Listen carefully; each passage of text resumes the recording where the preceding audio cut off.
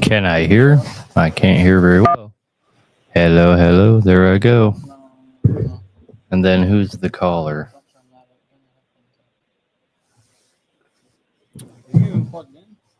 Huh? God damn, don't do that. Oh. I think we got it. Huh?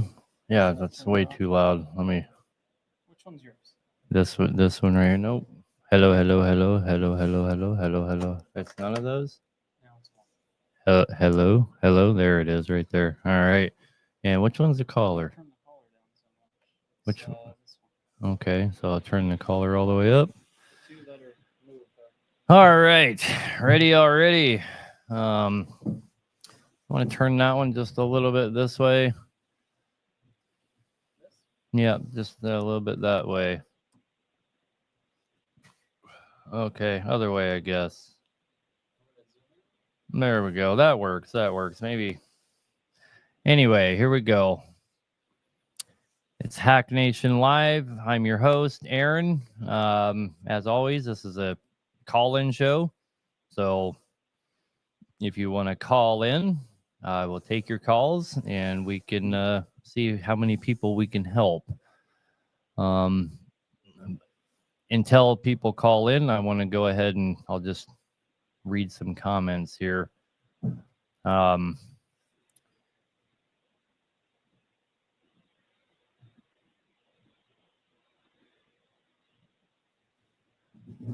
Do you finance engines? Currently, we don't finance engines. We plan to finance engines in the near future. It's something that we're working on pretty heavily right now with Highway and Heavy Parts as part of our product launch. We do intend to have financing available, especially for other shops, not just for here, but for other shops to that are dealers with us. To basically everybody that walks through their door will be able to have financing as well. That's something that we're working really hard on. Okay. Let's go. All right, Jacob, you're on the air. Okay. All right. Okay, that works. All right, guys, the number to call in, we just wanted to make sure everything was working before I started really getting into the show here. But the number to call in is 573-422-4225. Again, this is a call-in show. We want you to call in and be a part and participate and be a part of the show. And call me with your questions, see how many people I can help out. Next week, we're going to have a special guest on. Who's the special guest? Todd from Redneck Diesel is going to be on, and I think we even have a special guest after that. I was talking to the owner of Duff and Diesel again, and we're going to get him on here. He's a little camera shy. Can't really blame him for that, but I'm doing my best to drag him down here. So, again, this is Hack Nation Live. We do this every Wednesday from 7 to 9. Give you guys a chance to call in. The number is 573-422-4225. Brandon Bentz is commenting in here. That's a good friend of mine. How you been, Brandon? Why don't you guys ever talk about Max? The main reason I don't talk about Max is because it's not an engine that we service, and I don't like to talk about engines that I don't service. I don't know anything about them. It'd be pretty arrogant of me to start commenting on them when I don't do anything with them. So that's the main reason that I just steer clear from talking about them. I wouldn't even know where to start. So we're getting a few callers here. We're going to go ahead and start taking some calls here in just a second. If you guys do call in and you are waiting in the queue, understand I will get to you. I get to everybody before we end the show, so you're not holding on in vain. What's your opinion on the 427 Max? So Mac, again, is the first time I ever saw a Mac truck in the flesh was when we went down to Georgia during the 2015 oil collapse. I'd never actually seen one before. They were all over down there, of course. They seem to be very stout trucks. The engines seem to hold up really well. but I have no personal experience with them at all. So I don't really want to, give opinions on something that I don't have personal experience on.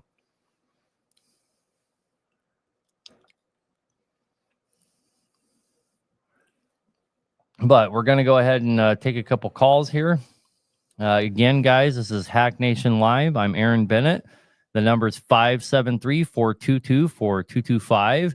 If you're watching on TikTok, love my TikTok followers, of course. But if you're watching on TikTok, you can't hear the caller audio. So the best place to go watch this is on Facebook or YouTube because you can hear the caller. So let's go ahead and take a caller right now. This is Curtis, it looks like. Curtis, you're on the air. Hello. Hello. Well, that's not working. So I'm going to put you back in the queue. Maybe you just weren't there. We'll go ahead and take Michael. See if maybe we're having a technical error. If it was just him. Hello, you there? Boy, that's working great. Hello. Okay, I'm going to throw him back in the queue as well. There's obviously something going on here. Hang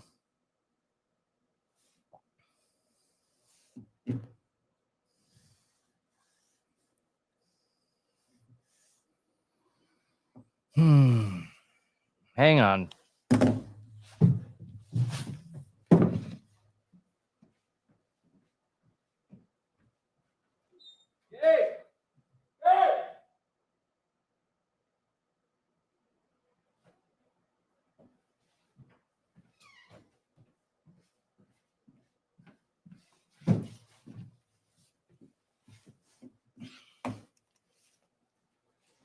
Unfortunately, I don't know how to use all this very well, so if I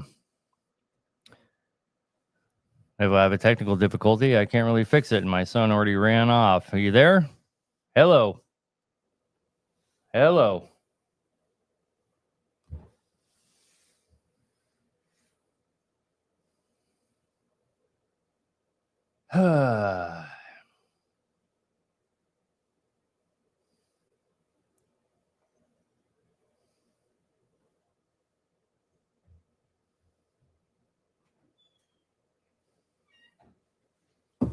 It doesn't work. I can't take any callers.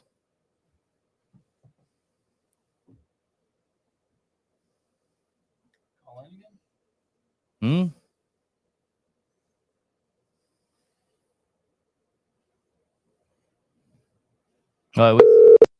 Jesus. Thank you. Christ. Call-in Studios host and call screener line. Please enter your show or meeting number and press pound. 6249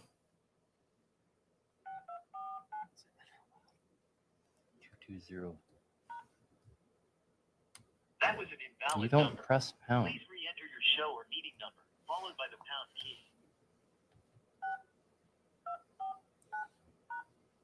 I just did it again. Enter your 6-digit PIN number.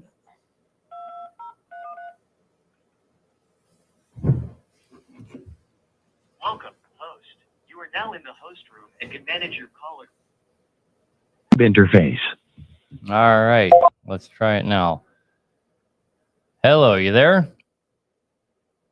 Yes, sir. Can you hear me? There we go. Good grief. We got him. All right. What can I do? Yeah, what can I do for you, man? Okay, so question for you. We've got a 2003 Peterbilt 379. It's got a Caterpillar 6NZ. Been running a 550 horsepower file, just stock, nothing fancy. So now it's time to overhaul it. Question was, it's got the original turbo. What would you use? I mean, like what brand would I use? I guess be more specific. Well, no, I don't know. You hear people talk about upgrading turbos and, whatnot. So my opinion on that, like I had a guy call me a little bit earlier today, and he was asking me about his, he had a 1LW that was a 475, and he wanted more horsepower, and he was asking me what turbo to get. And, basically I told him you should get a stock turbo because you have to have enough fuel to spool up a big turbo. So just slapping a, like a 75 or 78 millimeter or an 80 millimeter turbo on there, even if you do like a 145 for quick spool, if you don't have the fuel to push it, you could be doing yourself a disservice and start seeing really high EGTs and stuff like that. So, should just spend the $2,000 on like a bully dog or or whatever, right? Or a full tilt turbo.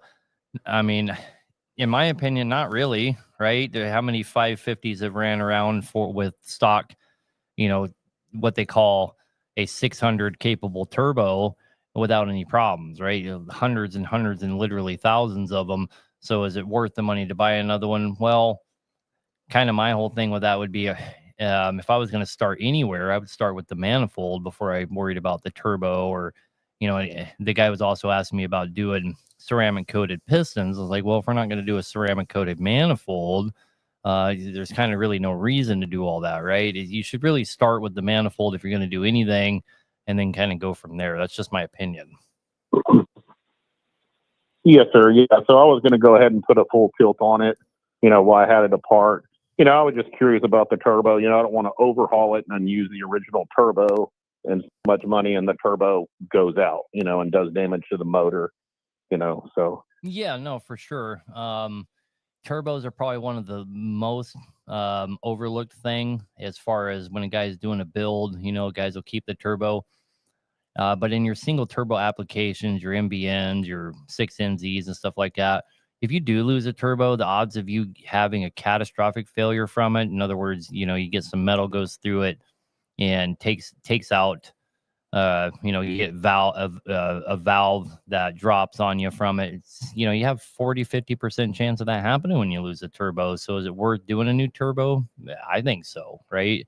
If anything else, at least the turbo is warranted and you have a chance at getting something done if there is some kind of a failure.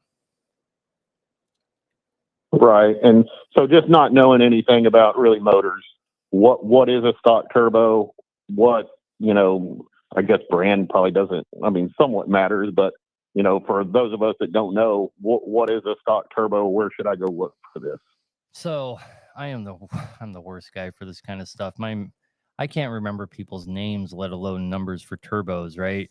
I was at Highway and Heavy Parts, and they had to. There was a gal there had to communicate with, and they had to tell me her name like 17 times, about 5 minutes apart each time. I couldn't remember her name.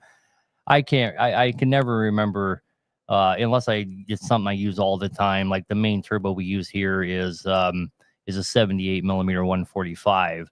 That's my favorite turbo, right?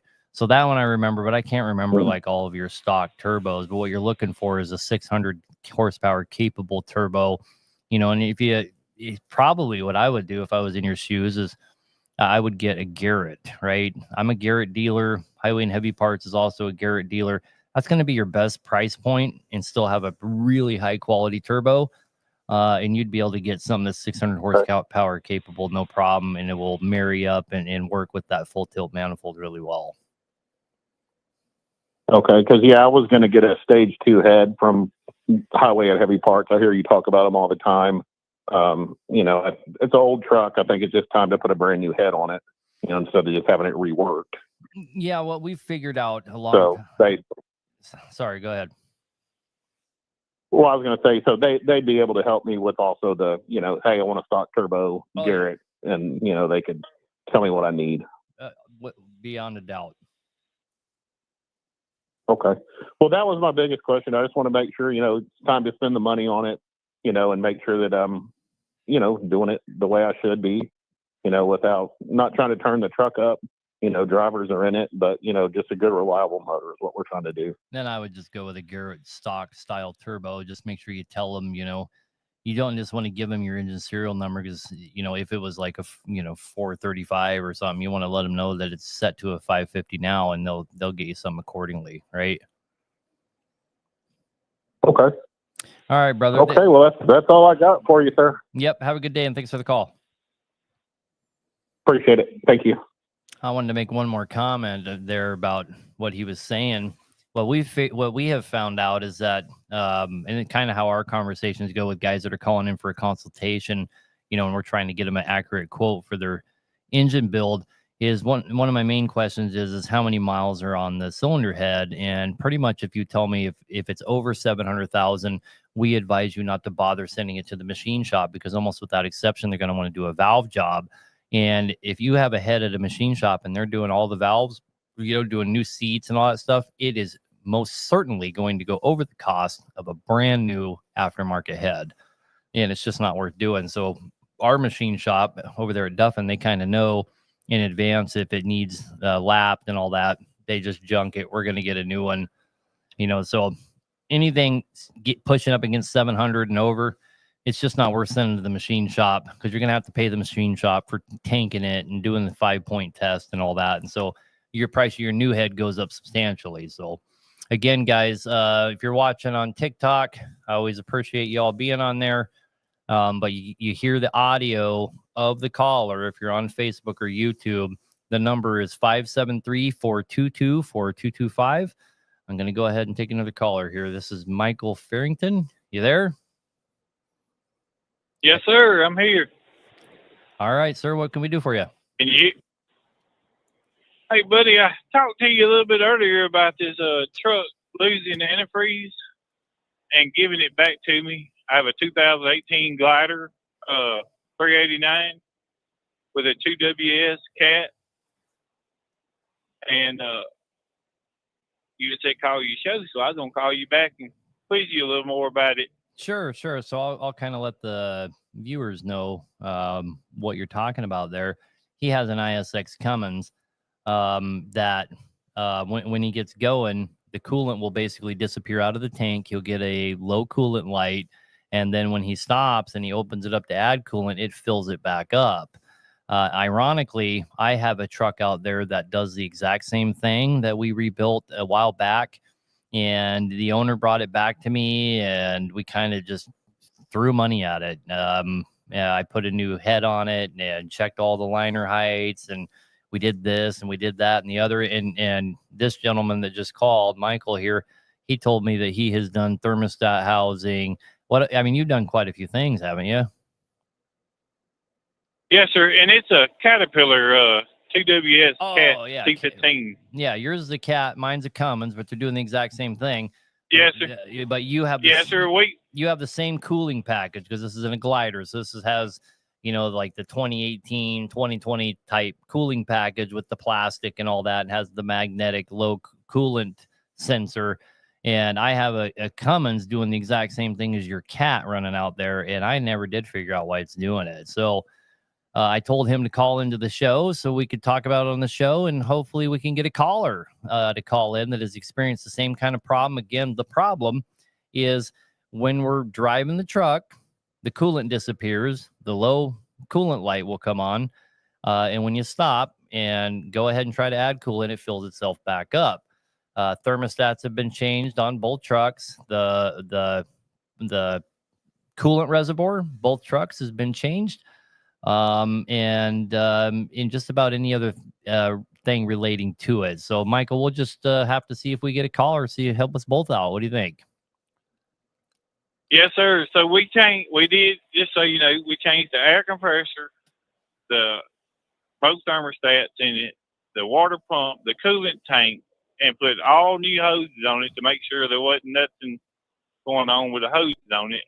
And we put new coolant in it, and I don't know. So maybe someone will have an idea that knows what's going on with it, because I sure don't. We sure don't. Yeah, we have the identical problem. We kind of changed. We did the compressor as well. We did all that, and we did a combustion test, made sure that there was no combustion, which you did as well. So anyway, brother man, we'll just have to see if somebody jumps on here and helps us both out.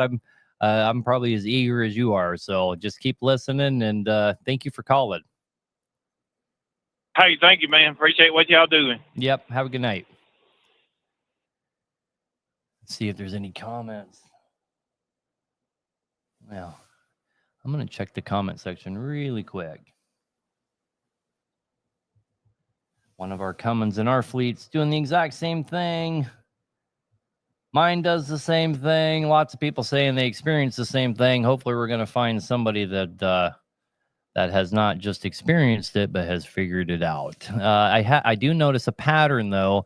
This isn't the first time I've seen a truck that's done this. Not the first time I've heard about it happening, but they all share one thing in common, and they have that newer cooling package style that you see on all the newer trucks. So maybe it has something to do with that. I think it does, but I can't prove it. Again, this is Hack Nation Live, 573-422-4225. We're just going to go ahead and take another caller. This is Ryan calling about marine cam and a tune. Let's see what he's got to say. You there? Hello, Aaron. Yes, I'm here. What do you got? Can you hear me? Yes, sir. Yes, sir. Hey, I called into your shop, and then they told me just to call in here, so thanks for getting me on. I have a 05 379 glider with a 6NZ in it. I've just bought the truck, and it just ran like crap, just like you got to stand on the throttle to get anything out of it. So, and it just ran rough. So it had file 270-76-9 in it, and then somebody set the injector codes to 5232. So we ran an overhead. We got the injector codes. We coded them into the injector trim file. We put 270-7122, a 70-pin brake saver at 5.5 file in it. And it would just fall on its face going up a hill, losing boost like I was just running out of fuel. And I only weighed about 72,000 bringing some cattle home. And I didn't know it had a marine cam in it. And it's got a stage 1.5 turbo on it. Probably a 78 millimeter, I imagine. So we dumped 270-7124, a 600 2050 torque file in it, because that's what the guy that built the glider had it set up for.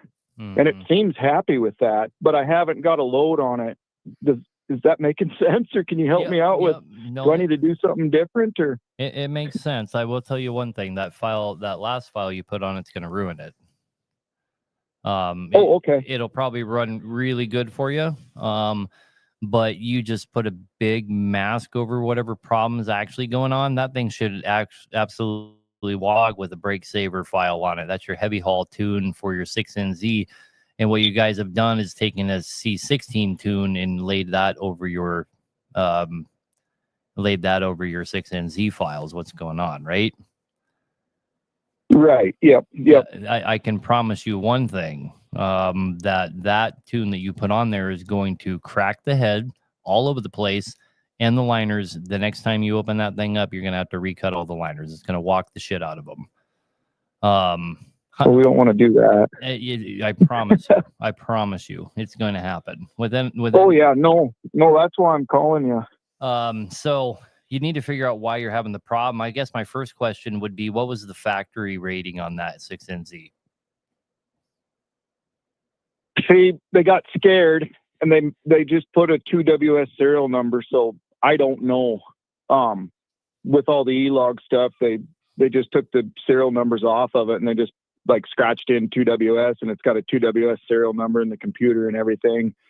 But I talked to the guy that built it, and he said it is a 6NZ.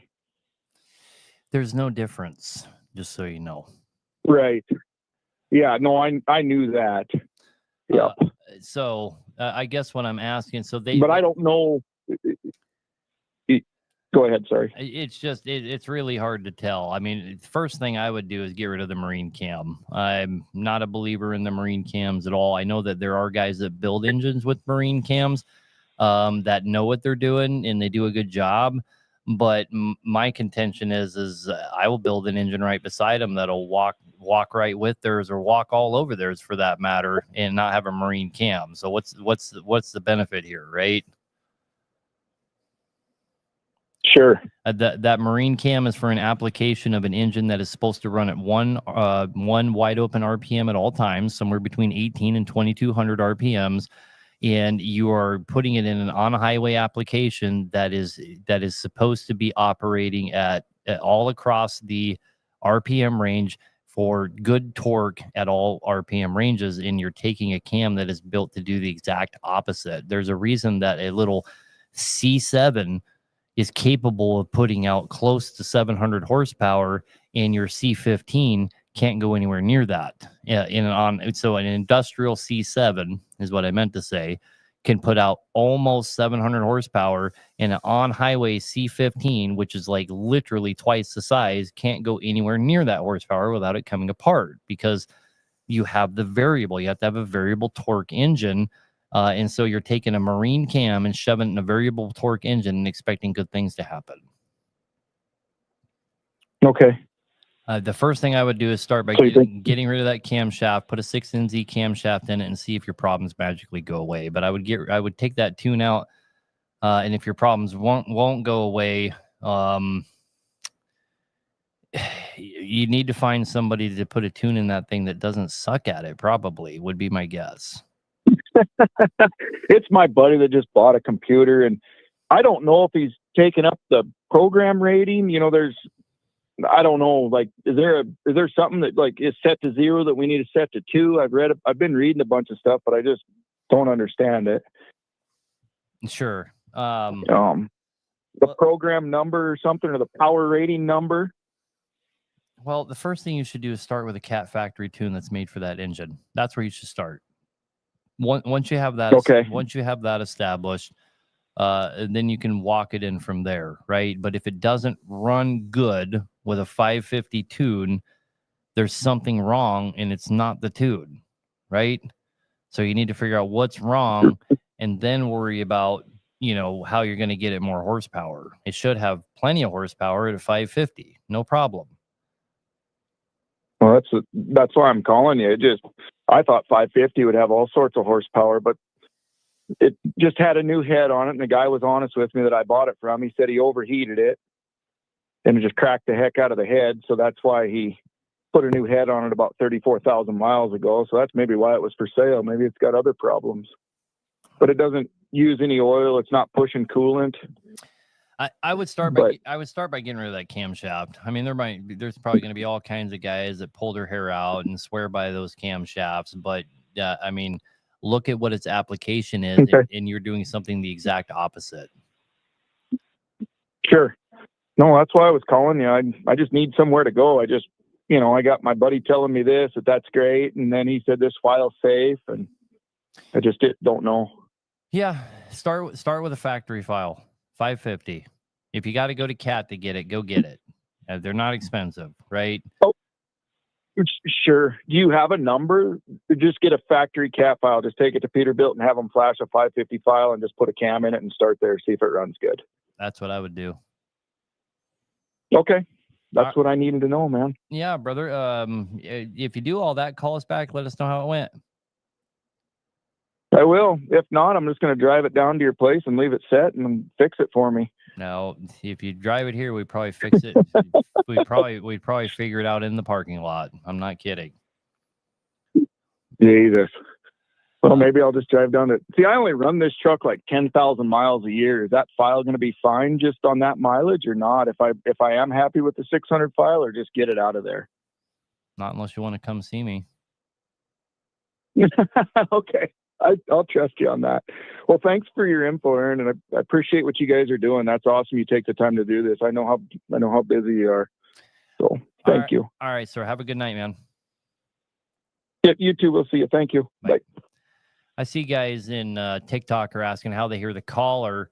If you want to hear the caller, you have to watch this on Facebook or YouTube. We're streaming live there on both of those right now, and you can hear the caller. It's much more interactive.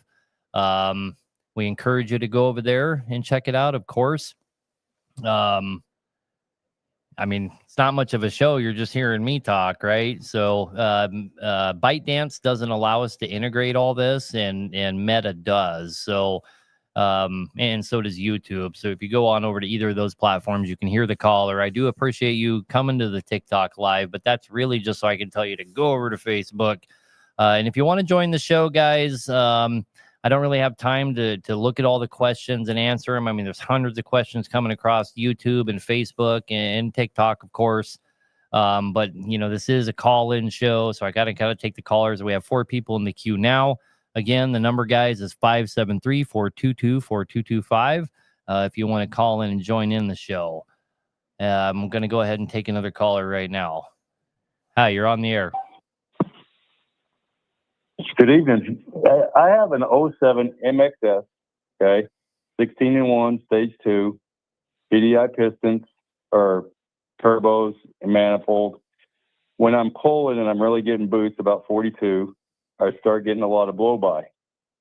You can see it coming out from underneath the truck, but I am not burning oil, about a half a gallon in 10,000 miles and absolutely no water. Do you think it's the high pressure turbo, or did I bust a ring on it and it's not doing it? Or Oh, you still have the twins on it. yes, sir. Okay, so when you take the Acert and take it down to 16-to-1 and leave the twins on it, there's way too much boost pressure and it shatters the rings. So even though I'm not burning oil, you would think I still shattered the ring on it. Yep. Lovely. I don't know. All right, yeah, because I probably got 150,000 miles on this one. I mean, obviously, again, I don't walk on water, right? I don't know everything, but I do know. I do know that that if you leave the twins on there, of course, there's going to be one guy that's going to, I left the twins on, put 2 million miles on it. But kind of as a general rule, if you leave the twins on in the 16-to-1, what you're going to end up with is shattered rings. It's almost predictably going to happen. And since you're showing the signs of it, I would guess that that's probably what's going on. Easy fix, really. It's not like you have to rebuild the whole damn thing again. It's probably only broken in 1 or 2 holes, and you just re-ring those holes. Throw a new liner in, reuse the same old pistons, and throw new rings on it, and move on with life. But get that thing down to a single turbo for sure. Well, see, that's the issue. Living next to California and Arizona, I'm the one that asked you about if the PDI messes with the emissions. So got to get out of this truck because they're finding people $42,000 for doing what I've done. So it's a glider truck. It's in the 13. So the thing to do there, the thing to do there, man, is to put 18-to-1 pistons back in it and get the VVAs working again. I mean, I ran a 06 W900 on the Alaska Haul Road with a MXS Acert in it. Pulled every load they ever threw at me. Right. And then after I took that one off the side of a cliff and decided to see how well it could ski, then I got a 379 Pete with a BXS cat in it. And I never singled either one of those out. And I left them just the way they were and hauled freight along with everybody. And I never had any problems. And I own several Acerts, and we convert a lot of Acerts back to twins. We do it quite often. And most guys are pretty damn happy with it when they get it back. If that's the other thing is, it's really not that expensive for those crowns. You're going to have to open this thing up anyway. You might as well just throw the 18-to-1s back in it and get back to working. Yeah, and just leave a twin or fix the rings on that and put a single on it. No, because you have to keep it compliant. So leave the twins. That's what I'm saying. No. You're missing. This truck came with a Packard in it. We yanked it out and put an 07, and it's a 13 Peterbilt.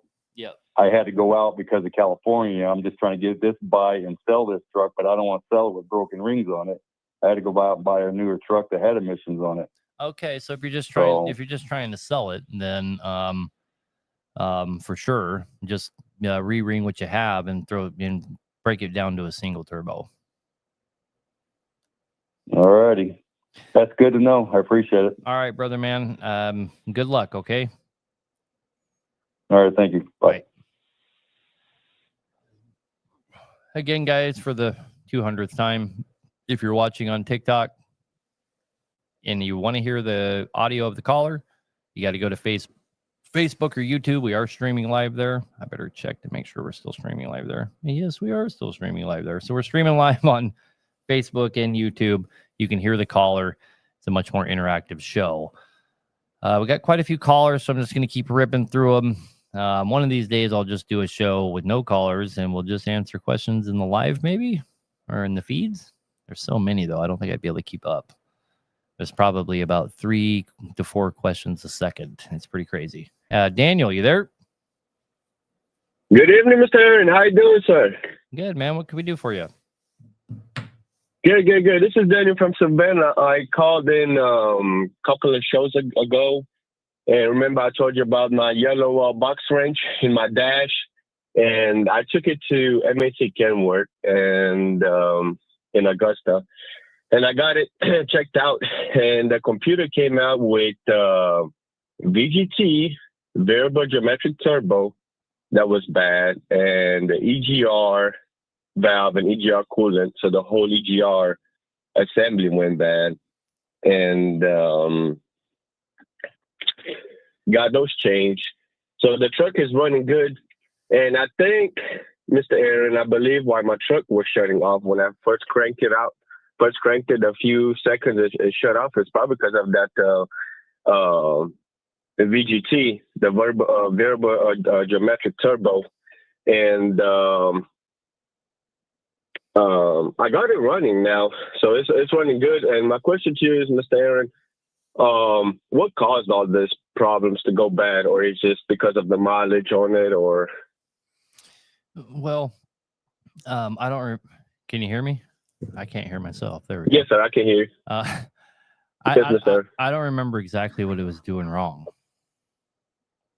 It was just throwing the yellow box wrench. It was coming on and off, and then when I was sitting with the truck for 10 hours, when I was doing my 10 hours reset, sometimes when I would crank the truck, it would start running, right? And then after that, it was just a minute or two. It just started shaking, and then it just basically just ended up dying on me. And I had to restart it again, and then I ended up pressing on the fuel pedal, and I was able to get it running. So I was thinking maybe that the VGT, that's what caused it for the truck to, when you first started working, and to shut off on me. Yeah, the VGT wasn't sliding back and forth, and the computer was reading that and shut it down probably. Mm-hmm. Yeah, because that's.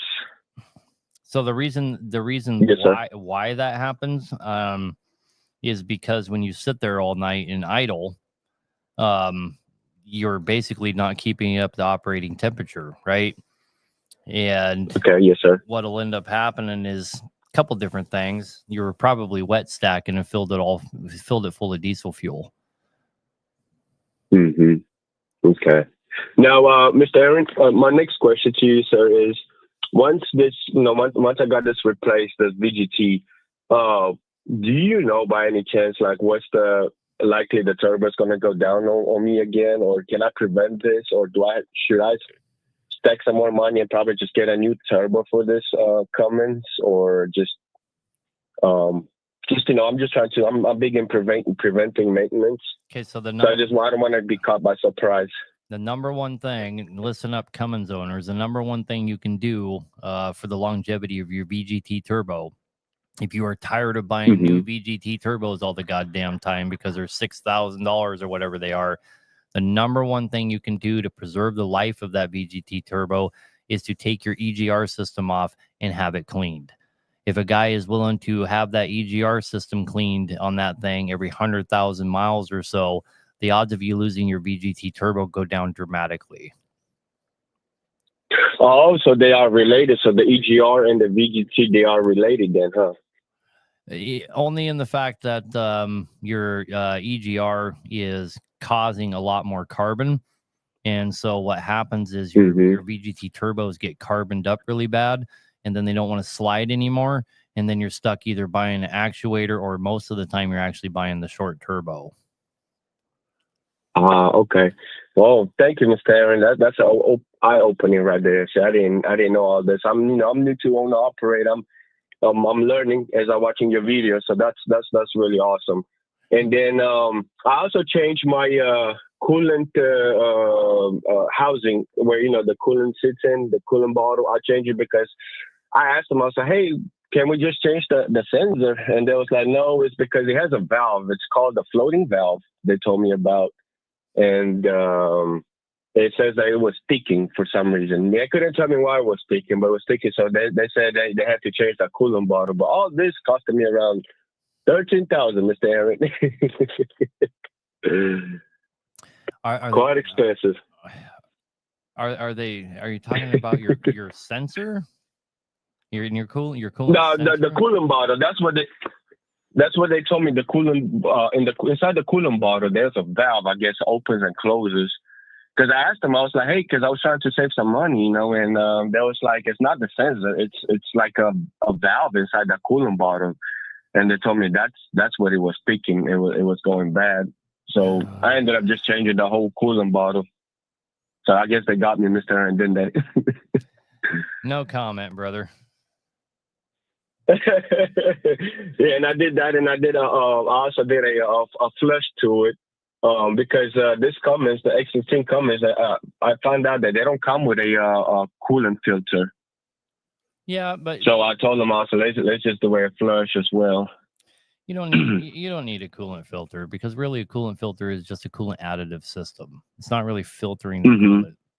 So if you're willing to just once a year get the DLEC, whatever it is, and pour a bottle of it in there, you're doing the same damn thing. Yes, sir.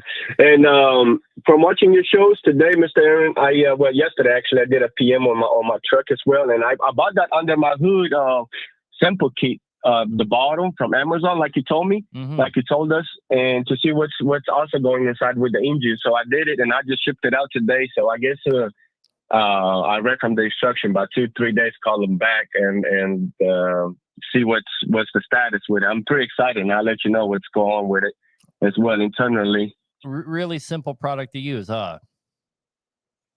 Yes, sir. Yes, sir. All they did, I just gave it to the mechanic. They opened the package. They gave you a bottle, and they said on instructions, let it drip out for a little bit. Then once it drips out for a little bit, so there's no contamination, then they put a bottle under the oil pan, and they collect the oil sample. And then all I did was just fill a little postcard with my truck information, the oil weight, how many miles are driven with that, and just put in the envelope and shipped it out. They have the tracking on the envelope and everything. So yeah, it was pretty neat process. I'm excited to see the results from the oil sample. I'm really curious. Right on, man. Well, I'm glad I got through to somebody.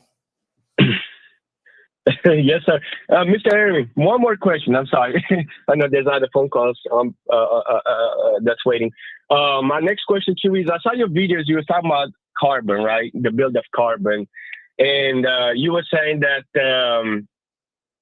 get the truck up to the running temperature. Now, can you specify to me, like, what do you mean, like, get the truck up to running temperature? Because do you have to wait a little bit when you first start to get it up to the temperature? Because I know you also said when some of the videos you mentioned that when you crank the truck, just go with it. And is that what you mean by getting it hot? Just start driving right away with it? So what I mean by operating temperature is you need to be at 180 or above, and anything above is better. Okay. And the faster you get there, the better. So basically, as soon as you have air, you should be driving your truck. Okay. And with the fan clutch, when you go up the mountains and it gets close to 200,000 Fahrenheit. On the coolant, should you pop the fan clutch ahead, or should you let the truck do it itself? Don't touch it. If I had my way, I would rip everybody's fan switch out of their fucking truck, so they couldn't turn it on themselves. Yes, sir. Okay, Mr. Aaron. Okay, because I thought that it's okay to turn it ahead so they don't run over hot if you go over like Fancy Gap and through Virginia, West Virginia, and then, when it comes back to the middle, you turn it off. My friend, if your truck can't climb a hill and the fan comes on and it runs away from you and gets so hot you have to pull over, your engine's fucking ruined. It has nothing to do with the engine doesn't depend on you being smart enough to keep it cool, right? If you can't keep your engine cool, it's already got a problem. There's no hill in the United States, that includes Alaska, where you have to turn the engine fan on, otherwise it will overheat. I don't care what load you're pulling. I don't care what truck you have, what engine you have. That engine is able to cool itself. It's designed to do it. It does not depend on you by itself. It does not depend on you as the driver to rescue it from itself. I promise you that. Okay, Mr. Aaron. Yeah, I just didn't want to. Well, in my head, I thought that was, trying to kind of give it the truck a break and kind of preventing it from, going over 200. Because right when it goes over 200 Fahrenheit, then the fan kicks in by itself. So I thought that if I just do it a little bit earlier, maybe it's a good thing for, not to have too much excessive on the truck. But I guess I'm wrong, Mr. Allen. It's the exact opposite. You want it to get as hot as possible and let it cool itself down. Okay. The only argument a guy can make for running the fan independently is yes, sir. If you're in a really hard pull and you're really heavy and and that pole is leveling out and it's going to get steep again, you could run your fan a little bit longer so it doesn't kick on as soon in your hard pull. But there's not many mountains in the United States like that, right? In Alaska, there was... Right, Mr. Aaron, okay. In Alaska, there was quite a few, and guys would do it, but the engine's already hotter than shit anyway. They're not hurting anything, and the only thing they're trying to achieve there is the 25 to 35 horsepower that the fan takes away from you when it comes on. Yes, sir. Okay. All right, brother. Well, Mr. Aaron, that helped me. That helped me a lot, and I promise I won't use that fan clutch no more. I'll let the truck run its own fan. And one more quick real thing. Do you have anything that you as an additive for that carbon to eliminate that carbon inside your engine? Is there anything that you can do to prevent that carbon buildup? Most common question I get asked. There is not. There's no product on the market you're going to put. You're going to put in your fuel tank that is going to help you with your carbon buildup. The only thing that does anything for that is getting it up to operating temperature and getting it hot. That is it. All right, brother. Hot. Okay. And yes, sir. Thank you, Mr. Aaron. Thank you for everything you're doing, and Matthew as well. So you guys have an awesome evening. Have a good night, man. Yes, sir. Bye-bye. Bye. So a couple quick things before I take the next caller, and I will get to the next caller here. One guy commented that the tank doesn't have a valve. It has a float switch on a magnet. He's absolutely right. Whatever shop talked that guy into changing the tank instead of the sensor, they are fucking assholes. And they just straight up ripped him off. I have to agree with the guy in the comment section there. The other thing is what he was talking about is Under My Hood. You can get them off of Amazon. I'm not affiliated with them at all. They're just who I've always used because they're so simple. You can order it off of Amazon. It is an oil sample kit. It's all self-contained. You open it up and it has the bottle and you fill the bottle up and they give you the return envelope. You put it in return envelope. You throw it in any mailbox. Postage is prepaid. It's a super simple deal. That's what he was referring to. I just thought I'd let everybody know. If you're watching this on TikTok, we encourage you to go over to Facebook or YouTube because you can hear the caller there. You can't hear the caller if you're on TikTok. The number, guys, is 573-422-4225. Let's try and burn up some of these guys that are waiting on hold. We have, holy shit, we have a lot of people on hold, but nobody's been on for that long. Our longest guy is 26 minutes. Everybody after that's like 13, 12 minutes. So I'm going to try and get to as many of you can as quick as I can. Here we go. Jimmy, you're on the air. Hey, Hack, how are you doing? Good, man. What can I do for you? In regards to the ISX sucking down coolant and stuff that you were talking about earlier, I had that same problem, and mine turned out to be a small hairline crack in my head. Like, it was a tiny crack. And switched out the head, and I haven't had that problem since. You know what? That's what I deduced it down to as well in the one that we were dealing with. And we took the head off and sent it into the machine shop and had them test it, and it came back good. But in hindsight, even your best machine shop, especially if they're a good machine shop, they will admit that it's very possible that they can miss something because it's not hot when they test it, right? So Yeah, mine was the tiniest crack ever, and we switched out the head, and I haven't had that problem since. And I tried doing everything that the other guy was talking about, switching out compressors and everything here and there, and nothing worked. And finally, switching out the head fixed it. So yeah, I'm gonna buy that, definitely. But now the problem I'm having with the truck,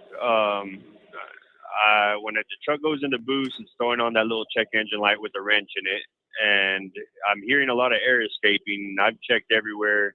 All clamps are tight. Boots are good.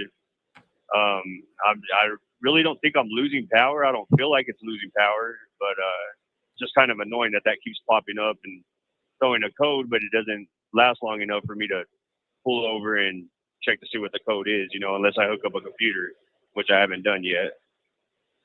And it is a fully deleted, and it's got the 60 series style turbo on it. So you're getting a code for boost pressure? I would assume it is. I mean, like I said, I haven't been able to hook up and see what the code is yet. I mean, I'm driving right now, and this problem started happening like on Monday, I think. And I'm hearing a lot of air escaping, but I haven't found a boost leak anywhere. You're hearing a lot of air escaping. Yeah, like when it goes into boost, I can hear a lot of air. Let's just put it that way. And you weren't before? I wasn't before. This just started on Monday. And like I said, now it's throwing that check engine light with the wrench, and it goes away as soon as I get out of a pool or something. It goes away, and I haven't been able to pull the code on it. Some guy just commented, please remember to keep the questions under 3 hours. Sorry, I just thought that was funny. Oh, you're fine. Yeah, I mean, so you've gotten rid of the VGT turbo, and this comes and goes, right? It's not doing it all the time. Yes, yeah. If I'm driving flat, it pulls, it does everything. But as soon as I hit a hill, this check engine light comes on. I mean, what you're saying is when I'm under max boost is what that means, right? Yes. So yes. Honestly, man, you have a Cummins, right? Did you die? Uh-oh. Yeah, can you hear me? Oh, there you are. I thought maybe you died on us. You have a Cummins, Yeah, correct? it's yes, sir. So the wonderful thing about Cummins, more than any other engine platform out there, at least in my experience, is if you can get a computer hooked up to it, it is super good. It's very accurate at telling you what's going on and also how to fix it. Okay, yeah, and I've tried getting it to throw that light on whenever I'm not on a load or anything. It just only when I'm loaded, it seems like it's when it's doing it. Right, but if you've gotten a check engine light, you can't. My friend, if you've gotten a check engine light, that computer has logged that, and it's gonna know what's causing that, right? It'll show it whether it was intermediate or not. Right. So this is going to be one of those times when it's probably more prudent for me not to guess and get you chasing your own ass and tell you need to get to somebody with a computer as fast as you can. It could be just a sensor, especially since it comes and goes, right? You could be derating and that's why it's doing that. But you need to get to a computer and it's going to tell you what's going on, right? That's so much better than anybody trying to guess at what you got going on. And there's no matter where you're at in the United States, there's shops around you that have a computer, and that's, even if they charge you an hour, you're probably going to be under $200 anywhere you go just to have them tell you what's going on. Okay, yeah, and we just had it taken apart a couple of weeks ago. We switched out the cam in here because the Ruby valve was scratched pretty bad and failed, so it didn't start. I think you died on us again. You never know when a guy's calling in and he's in his truck, he might get in a wreck, and then that's it. Oh, no, I'm still here. I'm just teasing you, man. I'm still here. But seriously, man, it's crazy for us to speculate on something like that when it's such when you're dealing with the Cummins where it's so easy to just go pinpoint what it is. especially if you've recently had it worked on. I mean, is it? Yeah. The odds of it being, you know, like a sensor or something is even higher if they were unplugging stuff and plugging it back in, right? Yeah, I mean, I'm guessing, is it possible that I'm hearing a lot of air? Like, could my air to air possibly be cracked or something? I probably need to seriously test it, seriously doubt it. Seriously doubt it. But again, we're right back to where we were. We're guessing, right? Yeah. And Okay. we really shouldn't. This is one of those times when neither of us should be guessing. You should go find out why that check engine Just check it with the coming computer. on. Yep. All right, brother. All righty, buddy. Well, thank you, buddy. Have a good one. Yep. Have a good one. You know, I really intend to do this show to try and help as many people as possible. And sometimes the best way to help people is to not pretend like you know everything. So let's go to the next caller here. We have 12-7 Detroit, looks like. You're on the air. Hello, can you hear me? Yes, sir. Hey, I appreciate you taking these calls and the knowledge you share, man. Found you about 3 weeks ago. I've rebuilt 2 Cummins ISX 2250s. And now I'm partaking in a 12.7 D-Deck 2 out of a 93 Freightliner. Oh, an old one. And so that's what I heard. But it's 355 horsepower, 400 with cruise on. I want to get it to like 450 if possible. Some people say you can go 5. I just want it to be reliable. But my question is, where would you go for a head and a rebuild kit? I went to Highway and Heavy Parts, and they quoted me 5702 head and rebuild kit. That sound here? Yeah, that's a good deal, man. Yeah. And then being that old, but would you redo injectors? Would you, I mean, of course, I'll look at the cam, but I mean, just slapping bearings on it, you trust it for a while? Hang on one sec. Sorry.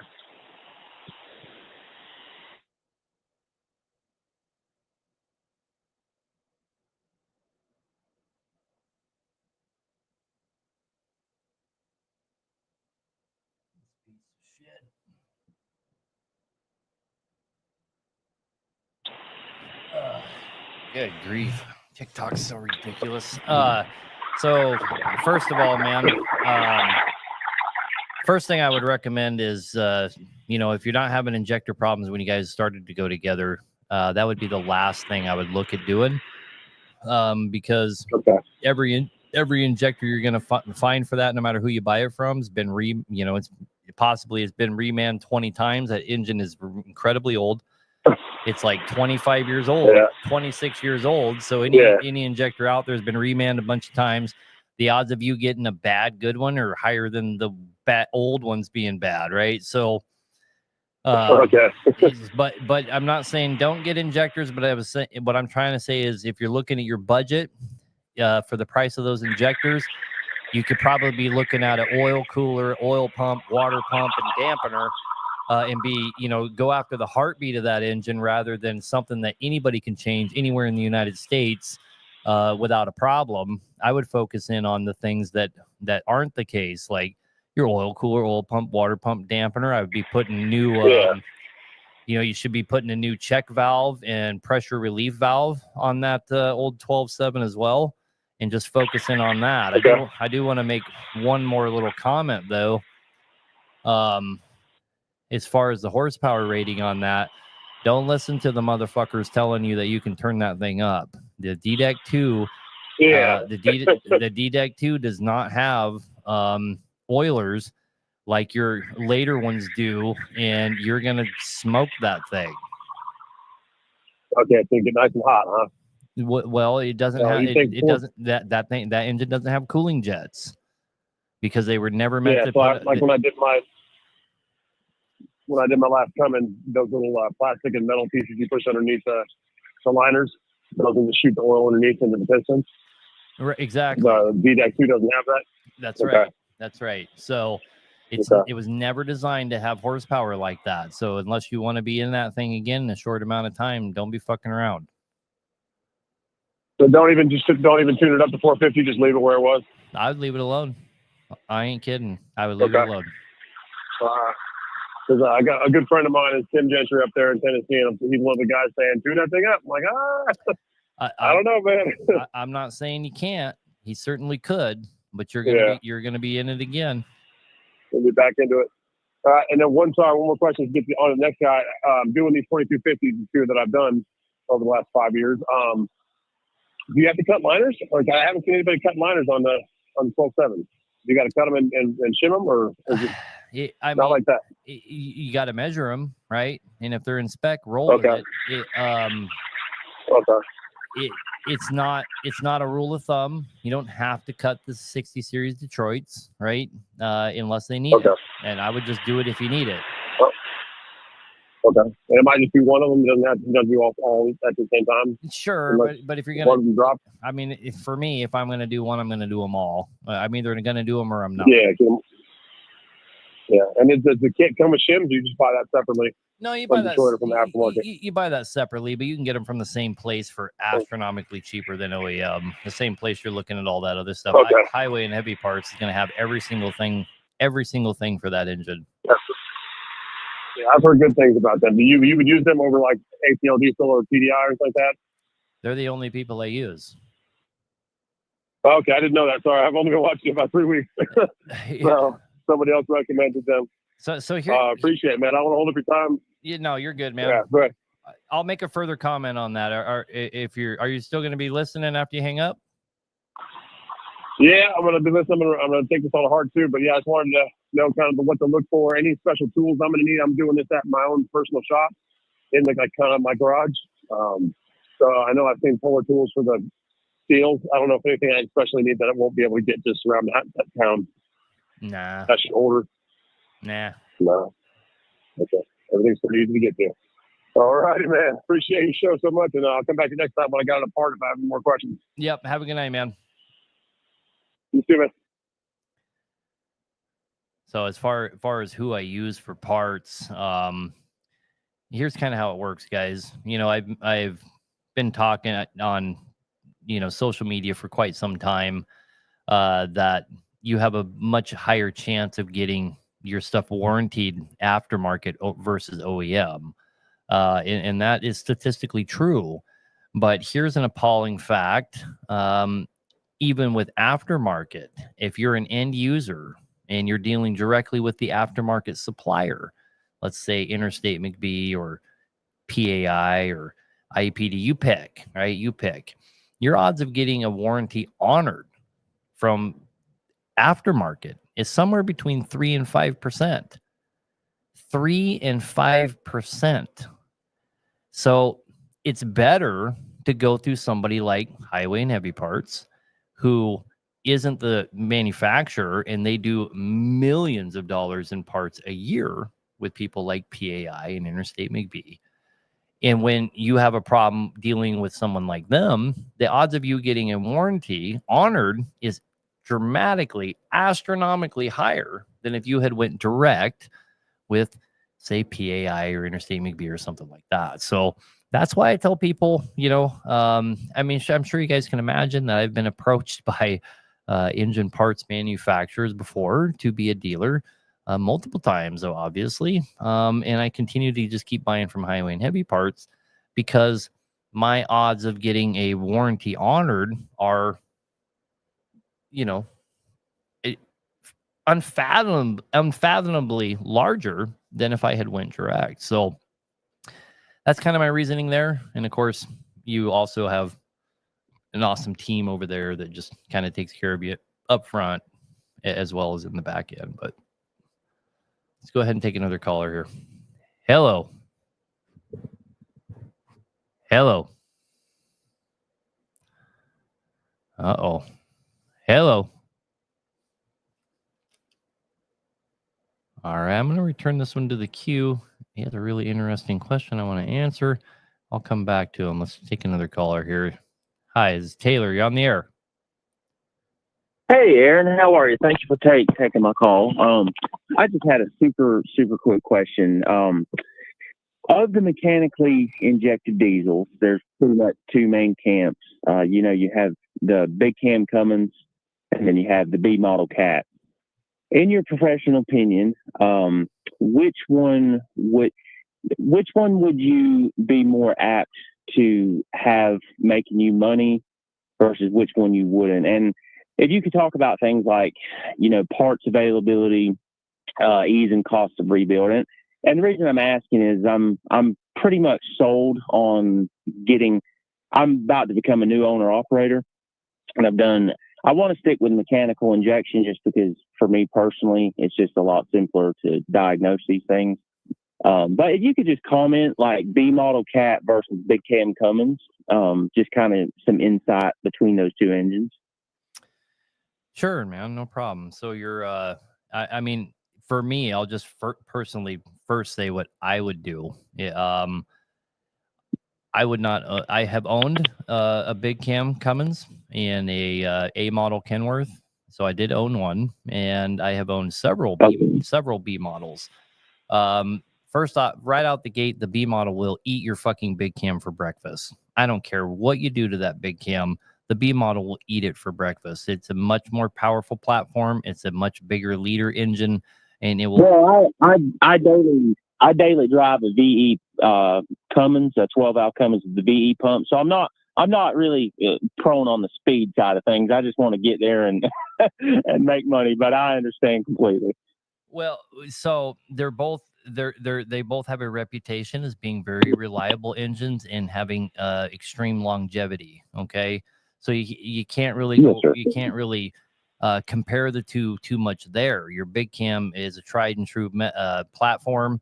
Even when they went to the N14, it proved to be a very reliable platform. Easily goes over 1 million miles, and then you could just switch out the name Big Cam for B model and say the exact same thing, right? So there's here's your pros of the Big Cam over the B model is mainly fuel mileage. You're going to get way better fuel out of that Big Cam than you're going to get out of that B model.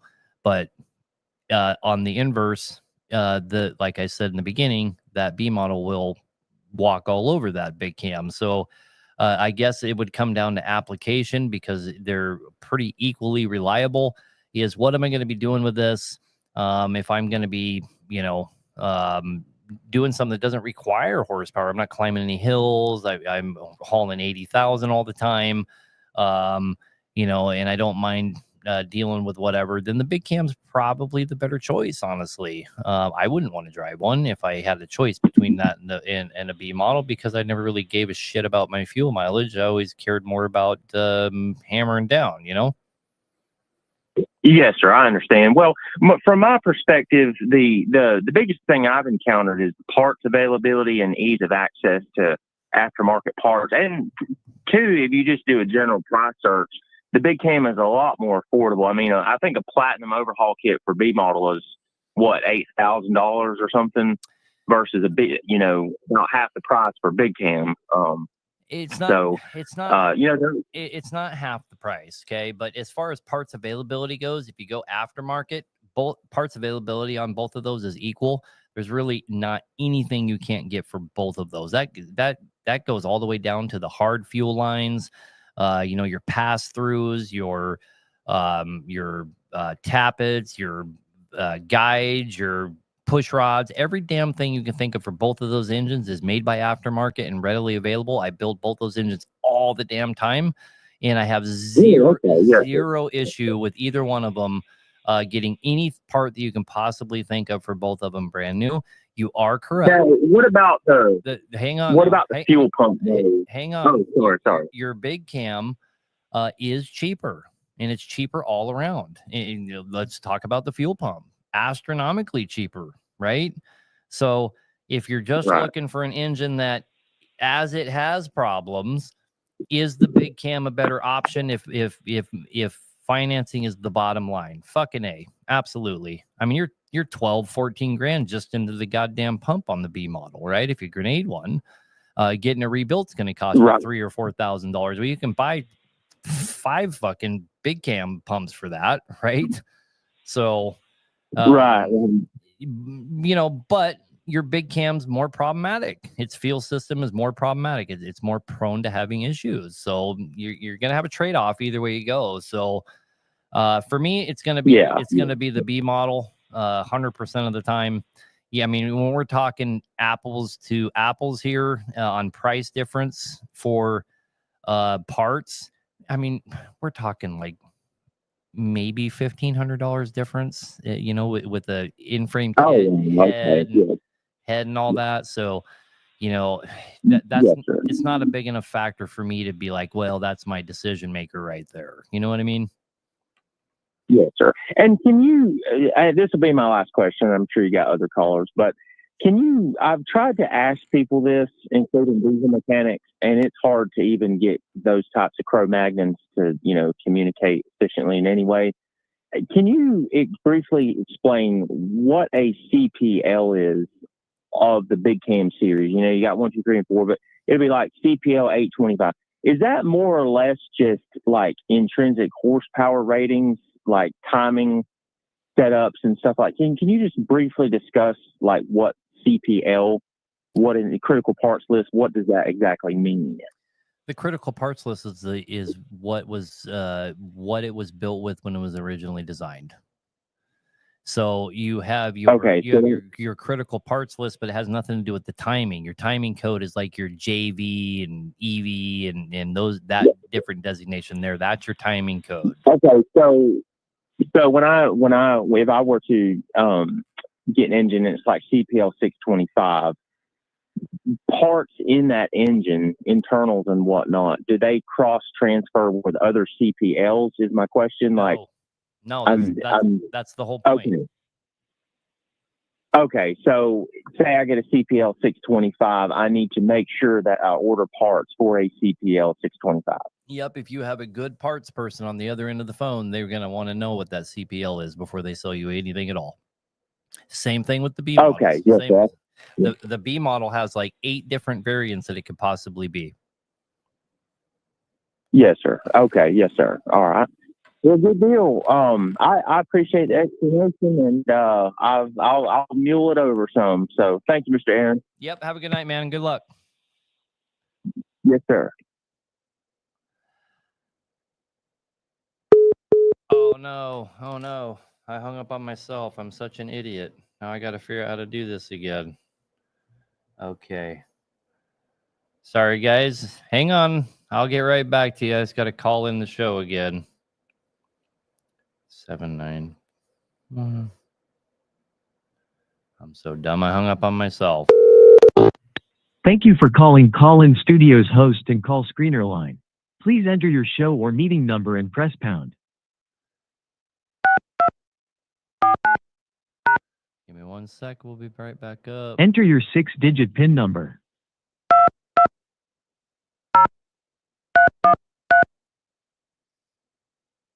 Welcome, host. You are now in the host room and can manage your callers from the Call-In Studio web interface. All right. We're back after it. Let's see.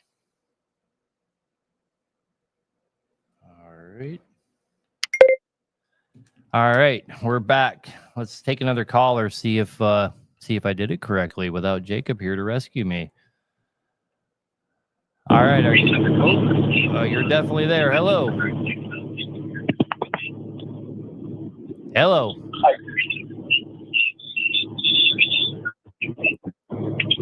Hi, can you hear me? Yes, sir. Go ahead.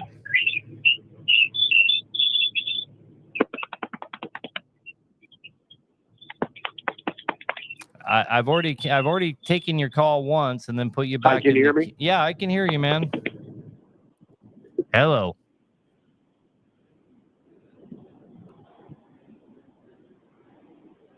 Boy, this guy's just not having a good night. This is the second time I've taken his call. Can you hear me?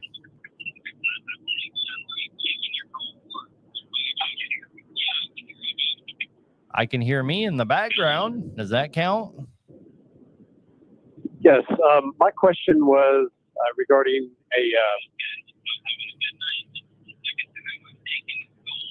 Just turn off your phone there, or you're watching the live. We can hear it in the background. Yes. There you go. What can we do for you, my friend?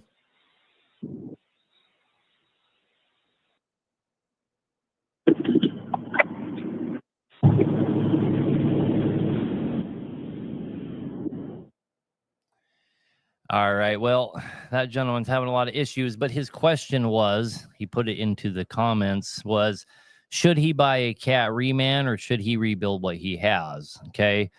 This is one of the most common questions I actually get asked when people call into my shop is, should I just buy an engine from you, Aaron? And I'll use me as the example instead of cat, so it doesn't seem biased. But people will call me because most people know that I sell engines. I build custom engines and sell them. And people will call me and say, should I just buy one from you? Or should I rebuild what I have? And I always tell everybody the same thing, even though I would love it if everybody bought an engine from me. I say it's vastly cheaper to rebuild what you have. And that's going to be true almost 100% of the time. It's very rare that that's not the case. And I think that was the question he was going to ask me. The answer is absolutely should rebuild what you have. There are some arguments to be made that you can cut out some downtime and this and that, but you know, you're not going to cut out much downtime, especially if you could have done an in-frame and you buy this drop-in engine from Cat or from me or from anybody else. You're still going to have all that downtime. You're still going to have to pull that engine, put it in. That's a hell of a process. I don't care who you are. It's a hell of a thing, right? So, in my opinion, it's always cheaper, or not necessarily cheaper. It's always less expensive to rebuild what you have, right? We do buy a lot of drop-ins here. Most of the time we buy ones that we're going to rebuild, not ones that run. There are, but even this shop, which prolifically rebuilds engines, we'll still buy an occasional engine that is already running. Worldwide Diesel, we bought a couple from them that they had built. They already had them ready to go. Sometimes there's some benefit to that, right? But you really have to trust the person that's building an engine for you to do something like that, you know? So you're either going to go with like a Cat reman, or you're going to deal with like who we deal with. We deal with Worldwide exclusively. So they're about the only people I trust out there to build an engine for me that I'm not building myself. So it's more about trusting who you're going to do that from. What you definitely don't want to do is get on Facebook and go buy some random fucking engine off just some random Joe. You're most likely just buying somebody else's problem, and it would have been cheaper just to rebuild what you have anyway. So that's really my opinion on that, brother. I hope I answered your question. I did take your call a couple times, and it just didn't work out. Let's go ahead and run down some more of these callers. Let me see what time it is really quick here. It's 8:50. Holy crap, the show's already almost over. Guys, so there's quite a few people in the queue. I'm going to take every one of these calls if they hang on. But I'm not going to take any more callers. I'm going to look who the last caller here is. So last caller just called in 14 seconds ago. I will get to all of you guys. Let's burn through them. Here we go. Hello, you're on the air.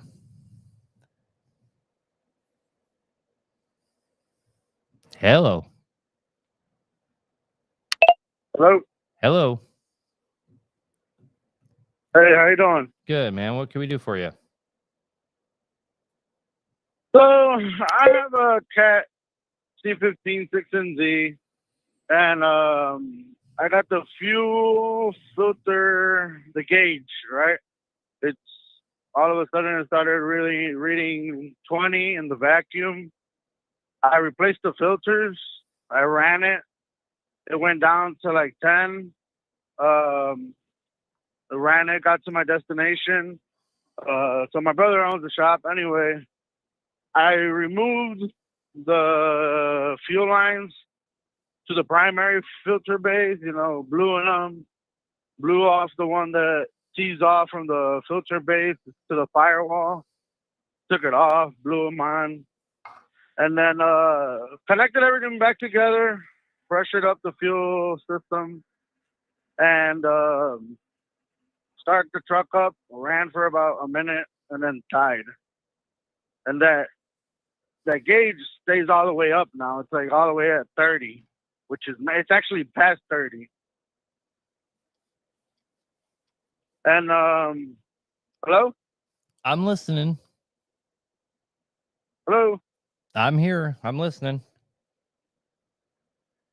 Can you hear me, brother? I'm listening. Hello? Hello. Yeah, I can hear you. Yeah, I can hear you. Okay, go ahead. Yeah, and so anyway, we eliminated, we took off we put a bucket straight to the pump from the hose. You know, truck ran fine, never shut off. I replaced that line, bypassed that fuel filter base. You know, truck right now I'm running it. But once I get to about 65, 70 miles an hour, passing on the last gear, on the 13th gear, passing 1,500 RPMs, it'll start like bogging out. Like it doesn't have the full power the truck should have.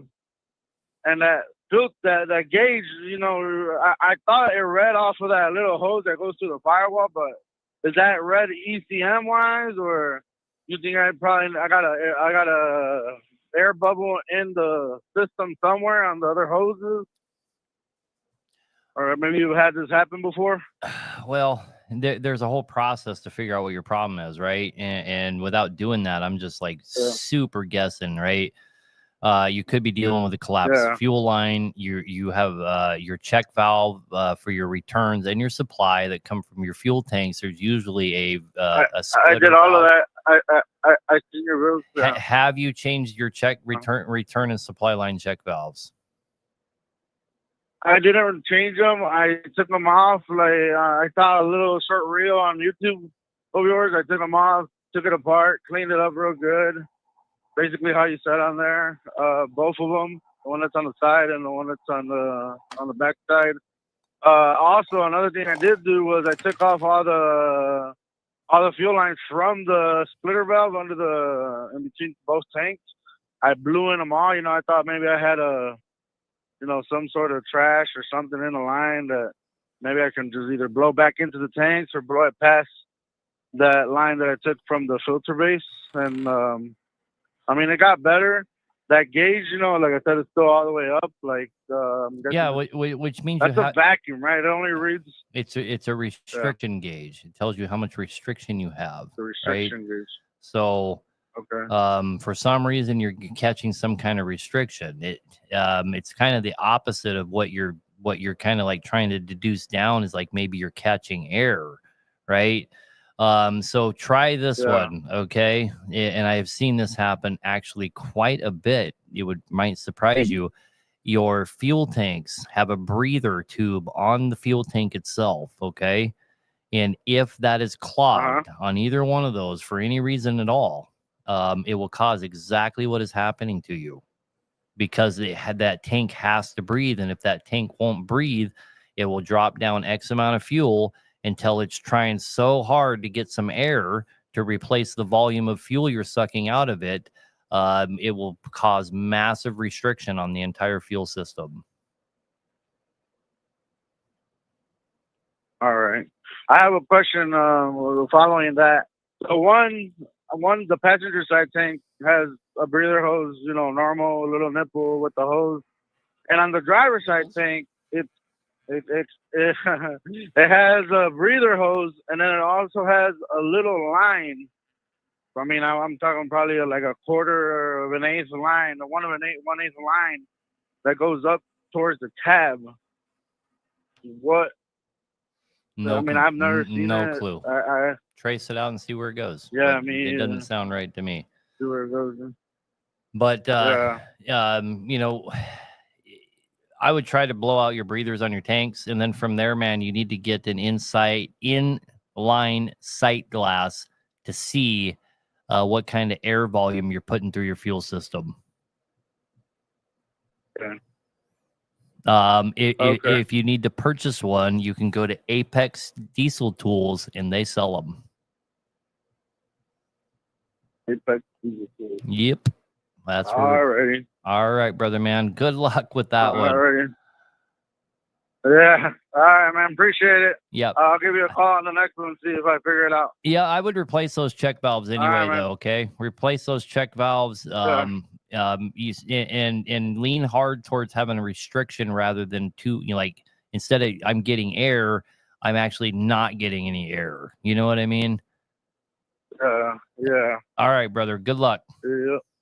All right, brother. Appreciate it, man. Thank you.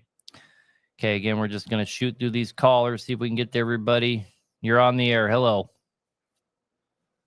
Hey, how's it going?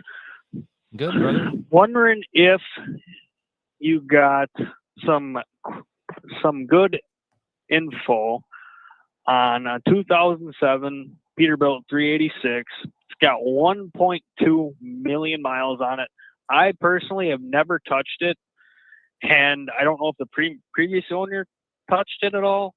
And I'm just wondering how long I got for pushing my luck with this thing. Well, and if it's worth putting any money into this. What engine? C13. I seriously doubt you have 1.7 on a C13 that's never been touched. Right. So I'm in the truck right now, and yep, we're at 1.2 mil. Then. Or 1.2, even though, I mean, you certainly could, but I thought you said 1.7, but 1.2, you certainly could. Here, is this a truck you're looking at to buy, or you already own it? No, I own it. Okay, so I'm just wondering if it's putting money into this, or I can do a motor swap. I'd love to put a C15 in here, but I don't know if that'll all pan out. Well, we've done it. We did it in a fuel truck just for some Canadian guys just a little bit ago, it was certainly doable. It's astronomically expensive. It's not cost effective at all. It's always, going back to that last caller, it's going to be astronomically cheaper to fix what you have. I mean, you could in-frame that thing for $13,000-$14,000 here at my shop. I'm not trying to, and again, this show isn't to try and sell anything. Okay. I'm just trying to give you a perspective here. That engine, you could, in-frame it, oil, coolant, filters, parts, labor, everything out the door for 13 grand, probably 13, 14. 13. Put a new head on it, this and that. And there's other shops, I know this coming week, this next week, I'm going to have a guy here on the show who I see did a budget build for cheaper than I was doing one for, so I'm certain there's shops I can do it for even cheaper than I just told you, right? Or I shouldn't say cheaper. I'm trying to not say that word. Less expensive than I just told you, right? So it's going to be vastly more economical to fix what you have, and if you're already running that truck and it's already making you money and doing the job, I mean, you might as well keep doing what you're doing, right? It's a very reliable engine. Proof in the pudding. You're talking about it having 1.2 or whatever on it. So, and don't get me wrong, it does use oil. I mean, I go through about a gallon of oil every 2 weeks. I'm not trying to sugarcoat this. I mean, she's tired probably. Yeah. So here's the thing, man. When you're using oil like that and you don't have a bunch of external leaks, like you're pretty sure you're burning that oil. That is too much. And what you end up with there, in the worst case, is a rod through the side of the engine. In the best case is all kinds of valve train damage and stuff like that. And it's because the oil gets degraded so bad from having combustion gas go down into the crankcase, it just wrecks the oil. And so the solution to that is to get yourself set up to rebuild this engine on your time, right? When it's convenient for you. Yep. But in the meantime, you need to start changing the oil on that thing like every 3,000 or 4,000 miles. And then you will avoid doing it. Yeah, and I've been doing it at 10, every 10. That's not soon enough if you're burning that kind of oil. You need to change it to like every 3,000 or 4,000 and then set yourself up to get that thing fixed. But do it on a time frame that doesn't ruin you, right? I'm gonna buy my parts and get all set up and wait until that whatever shop you're gonna go to is ready to bring you in, like no wait time, and then they get you in and they do the job and then you pay for the labor and you move on with life, right? That's the way it should be if you have a running truck, but that truck will end up with some kind of catastrophic failure or become much, much more expensive when it comes time to rebuild it if you're not staying on top of that oil like crazy. And don't tell yourself, oh, I'm adding a gallon every week, so I'm basically doing new oil. It's not how it works. The oil that's in there. No, I'm not that guy. Right. So anyway, brother, man, again, I'm not trying to. I appreciate the info, and that's what I got for you. So. All right, brother. Well, good luck. Okay. All right. Thank you, sir. Yep. Bye. A truck having 1 million miles on it versus a truck that has 300,000 miles on it. It's not always apples and oranges. You can have trucks with, we have trucks that come in here that have 300,000 miles on them that are completely fucking wrecked. We have trucks that come in here that have 1 million miles on them that could have probably went another 500,000 or 600,000. It's just the way it is. So it's not really an indication of how old my truck is or anything like that. You got to look for the signs. You got to look for, am I burning a lot of oil? Am I having to add coolant? What are my runabilities? What's it running like? Am I getting some valve train damage, stuff like that? That's how you need to try and figure out where you're at on your rebuild. Not, oh, I have X amount of miles, I should just go ahead and fix it, right? So, in this guy's case, he probably needs to be looking for somewhere pretty quick. Anyways, try and get through these callers. Hi, you're on the air. Hey, what's going on, man? Can you hear me? Yep, go ahead. Can you? Hey, man, I don't know. You work on, or I don't even know. Do you know anything about like smaller diesel engines, like Power Strokes and stuff like that? I've owned quite a few, but I have 3 full-grown sons that are all young full-grown sons, like in their really early 20s. And so anytime I need any medium-duty diesel work done, they're more than willing to do it because they're diesel freaks. So heck yeah. I got a 6.0 Power Stroke, and I don't know how many miles it's got on it. The odometer's not reading or whatever, but it runs good and everything. But whenever I took off the where the turbo comes out for your air tube or whatever, and because I hear like whenever I kind of like gas it a little bit, sometimes it'll make like a squeal, like I thought personally it was a turbo going out, so I took off that clamp and I to see if there was any play in there. You'll be able to tell if there's scratching or whatever. And there ain't really nothing there that's saying that my turbo is bad, but it's making that little squeal. Guess what I'm asking is, doesn't that thing have a VGT turbo? Like, I couldn't even tell you what it had, man. It was my first diesel. What year is it? The guy that I got it from, it's an 05. 05. 350. So no, probably not.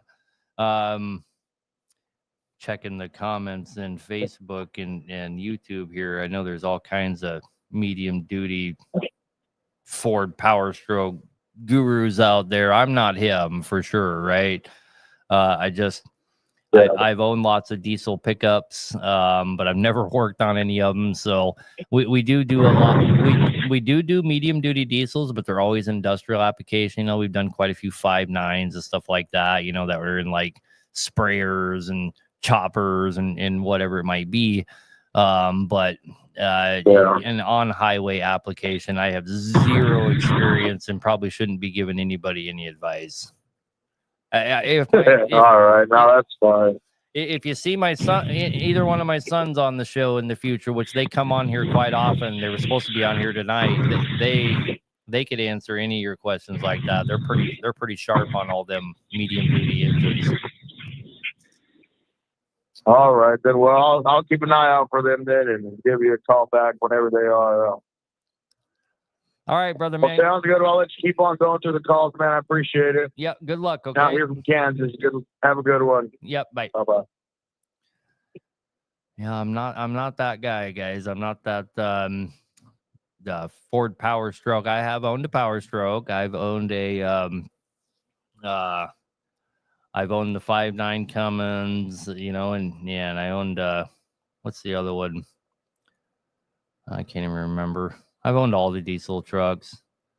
All right, this is Lane. You're on the air. Hey, Aaron, thanks for taking my call. I really enjoy your show. Yes, sir. What can we do for you? So earlier you were talking about the engine fan switch and how you dislike the switch in the truck. Question I had for you, I've got a C15 MXS, I believe it is. Mm-hmm. And when you plug into the ECM, you read the ECM, you can see all these parameters. And the setting for the ECM, or for the water temperature to reach for the engine fan to kick on, is 218 degrees Fahrenheit. And I was wondering what your thoughts are on that, because I don't believe I can change it in the parameter. No, it won't. I hope it doesn't let you. Oh boy. 218 is where the engine fan needs to come on pretty much any engine. Some of them are actually even a little bit higher than that. Cats are 218, and it's expecting that thing to go up 220, 224, somewhere in there before it catches up and starts to cool it back down. And that is absolutely necessary for you to burn carbon off of the engine. Okay. The last thing you would I believe in the burning off of the carbon. The last thing you would ever want to do is change that parameter to something like 205 or something. You would be doing yourself a grave disservice. Yeah, I hear you. Well, the ancestors have always been telling me at the bottom of the hill, put the switch on, and at the bottom of the other side, turn it off. But now listening to you and talking about the carbon, it makes sense. Your engine. I've got a couple. It's not just that, my friend. Your engine runs at peak performance at its hottest. So it is working. It is at its peak fuel burning performance, air intake, all of that crap, right around 210, 205, somewhere in there. Okay. I've got a couple of other questions for you, if you wouldn't mind. Go ahead. So back pressure has been a thing that I've been running into, and I'm not sure about it, but we deleted an MXS. We've done two of them now. Single turboed it, 78 millimeter, 145, I think. And we've always had problems with the pyrometer temperatures just skyrocketing. You know, even just running a 600 brake saver tune. And I'm wondering if I could be creating that temperature because of the silent partner I don't know the manufacturer, but there's these super, supposed to be heavy noise canceling mufflers I've got in there. What are your thoughts on that? Well, did you guys change them to 16-1? Well, one of them had we left the 18-1s in it, and that went well for 600,000. But that was only at 550. But once we started running the 600 tune, we constantly were fighting that temperature. Well, first of all, there is one of them. There is no 600 tune for those, right? Okay. So when you say 600 tune, do you mean that somebody has put the 6 1/4 Acert tune on them? Yes. Yeah, that's what I'm talking about. Then we usually call it the 600. There's absolutely nothing you're going to do to bring down that pyro temp. First of all, that thing, the 6 1/4 tune has to have 17-1 pistons in it, and your VVAs have to be operating. Otherwise, it's going to wreak havoc on the entire system and fuck it all up. It also runs a completely different injector and has a completely different camshaft. The single turbo setup, you mean? No, I mean the 6 1/4. If you're going to run the 6 1/4 tune, it's a different injector for the fueling to be correct and not cause you all kinds of grief and problems and wrecked engine. It's a different injector. It's a different camshaft. It's a different piston crown. Okay.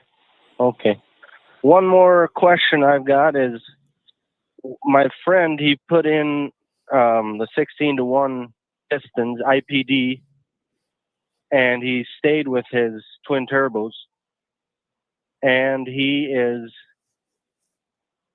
burning fuel out of his exhaust. There's a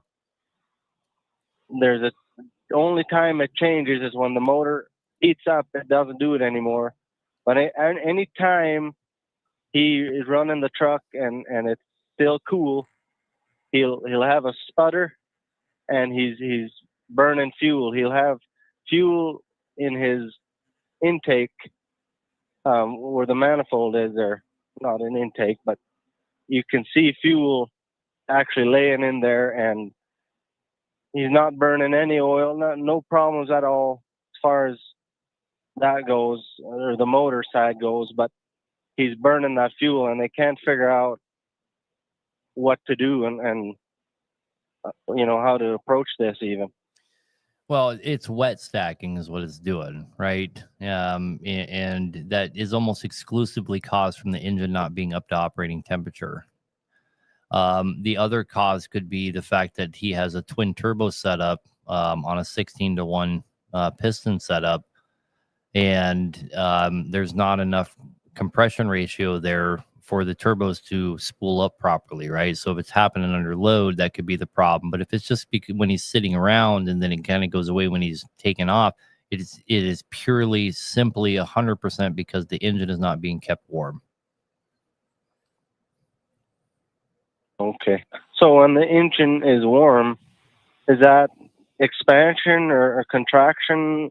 No, with the rings there, or no? What's going on is when your engine is running around 170, 160, and anything below that, the fuel doesn't burn. It doesn't burn all the fuel, and so the fuel has to go somewhere. So it just pushes right out the exhaust valves. It'll also splash pretty hard into your intakes as well, and it comes out your exhaust system. And people always think it's oil. They're like, "Oh, I got all kinds of oil coming out of my manifold and out of my turbo," and it's actually absolutely impossible for oil to come out of that spot, right? So it's always diesel fuel mixing with the soot and makes it look like oil. If he's having this problem consistently, he's wet stacking consistently, which is incredibly hard on the engine, by the way. Yeah. 10-4. So what would you recommend in approaching this? Winter front? What would you do? Winter front, belly tarp, park out of the wind, idle it up, anything to keep it warm.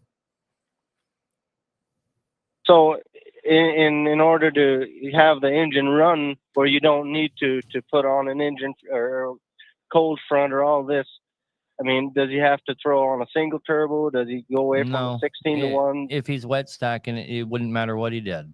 It's the environment that he's in. And he's not keeping it idled up enough and out of the wind or whatever it might be. Whatever's a contributing factor. Okay. One more question for you. We bought a truck out of Canada. It was already in pretty rough shape, the whole truck. And it had no serial number on the motor. And we took it to the shop. The guy deleted it, did a whole rebuild on it. And he had these Caterpillar serial number tags. And he stamped in 1mm ... serial number on it. And now every time we try to get parts for it or look up specs or whatever, we're having a hard time identifying the motor even. What would you do there? Hook up to the ECM and see what the ECM says it is. It says 1mm. Oh, he did that into the ECM. He did it into the ECM also. It is the Caterpillar original to the truck? Yes. When we look up the truck serial number, it comes up as an SPD. SDP. And I guess what I was SDP. Well, I guess what I was wondering is, can I identify an SDP just by looking at it and seeing certain specs on it? Or so your passenger side is going to have an EGR that cannot be gotten rid of. It's equivalent to the EGR. Really? It's going to have that whole square box going down the side. The oil cooler is going to be square. Look, I didn't mean to say EGR. It looks like an EGR. On the passenger side is different than every other cat out there. It's got a big square oil cooler set up going down the side. So we're definitely not looking at an SDP. Okay. It's got the same. Every time we do it, we go off of a twin truck that's got an MXS in it. That's how we've been doing it. Yeah, you're probably good. As far as, the next guy who's got to work with it or do anything with it, I mean, he's kind of lost when it comes time to do anything on it. Yeah, even taking it to a shop and working on it. Well, I don't know how to help you with that one, brother. Yeah. Well, can I guess one more question with the highway and heavy setup you guys got going on. If I wanted access to that program, and I don't know of any of the local mechanic shops that do, how would I go about that? What do you mean? Getting access to the highway and heavy truck parts program for parts. You just give them a call. And just buy direct for them, or do I have to join the program? Or No, you buy direct from them. Or do you mean our parts line that's coming out? yeah, the new parts line that's coming out. And so the new parts line that's coming out, currently we're just herding everybody over to Bennett Media, Bennett Truck Center, and they're kind of like corralling everybody while we're building the website. Highway and Heavy Parts is developing the website with us, and we're going to have a portal and all that kind of stuff for guys that are dealers, but also for end users to just, if you're just doing your own truck or something like that, it's going to be available for you as well. But it's Highway and Heavy Parts is who we're partnered with on that. So, in the meantime, if you get hooked up with them, you're kind of already hooked up, right? What we're trying to do is, there you go. What we're trying to do in the meantime is corral together shops, not necessarily end users. End user can just call Highway and Heavy Parts just like any other time, right? We're trying to figure out what we're going to do with all these shops that want to get signed up as vendors for us. Oh, okay. I hear you. So, yeah, because we've been going with IPD and even PDI, and we've had trouble finding warranties. Okay, but so I like what you said earlier. Yep. That's all I was going to say again. I don't buy from IPD. I don't buy from PAI. I don't buy from Interstate McBee. And last year I went over $2 million in parts, about 2.7.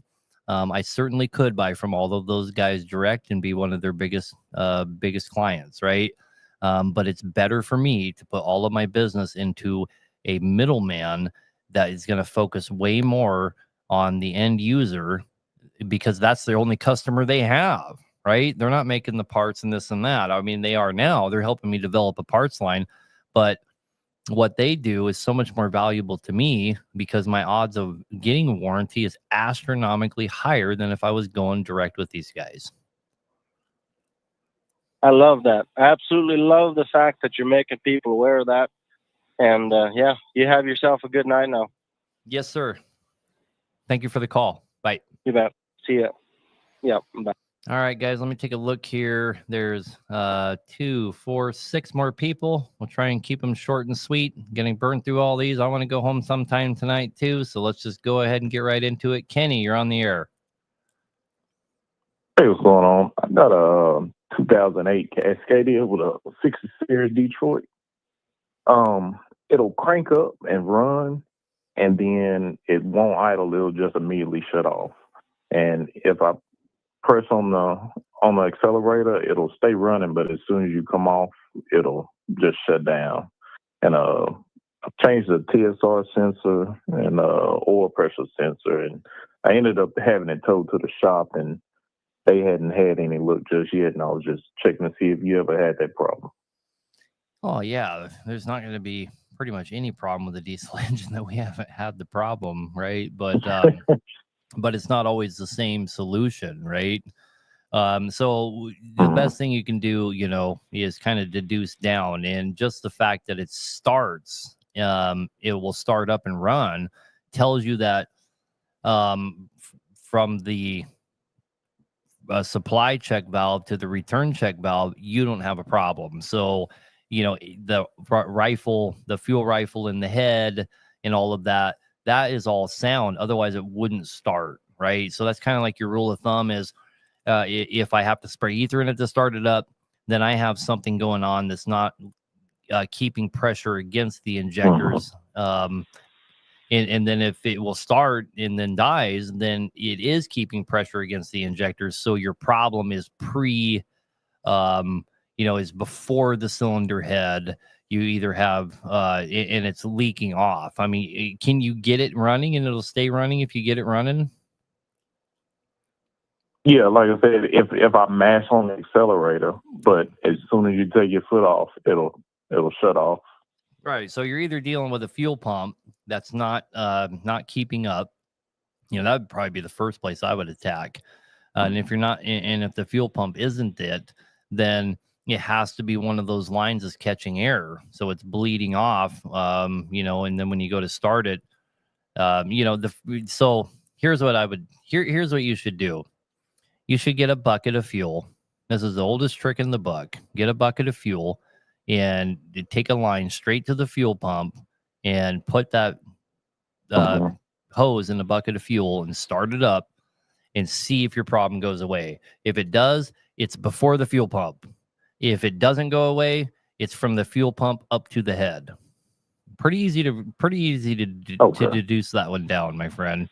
I would get a hold of whatever shop you have it at. I thought about that earlier when you was talking about something else, and I thought exactly about that. Okay.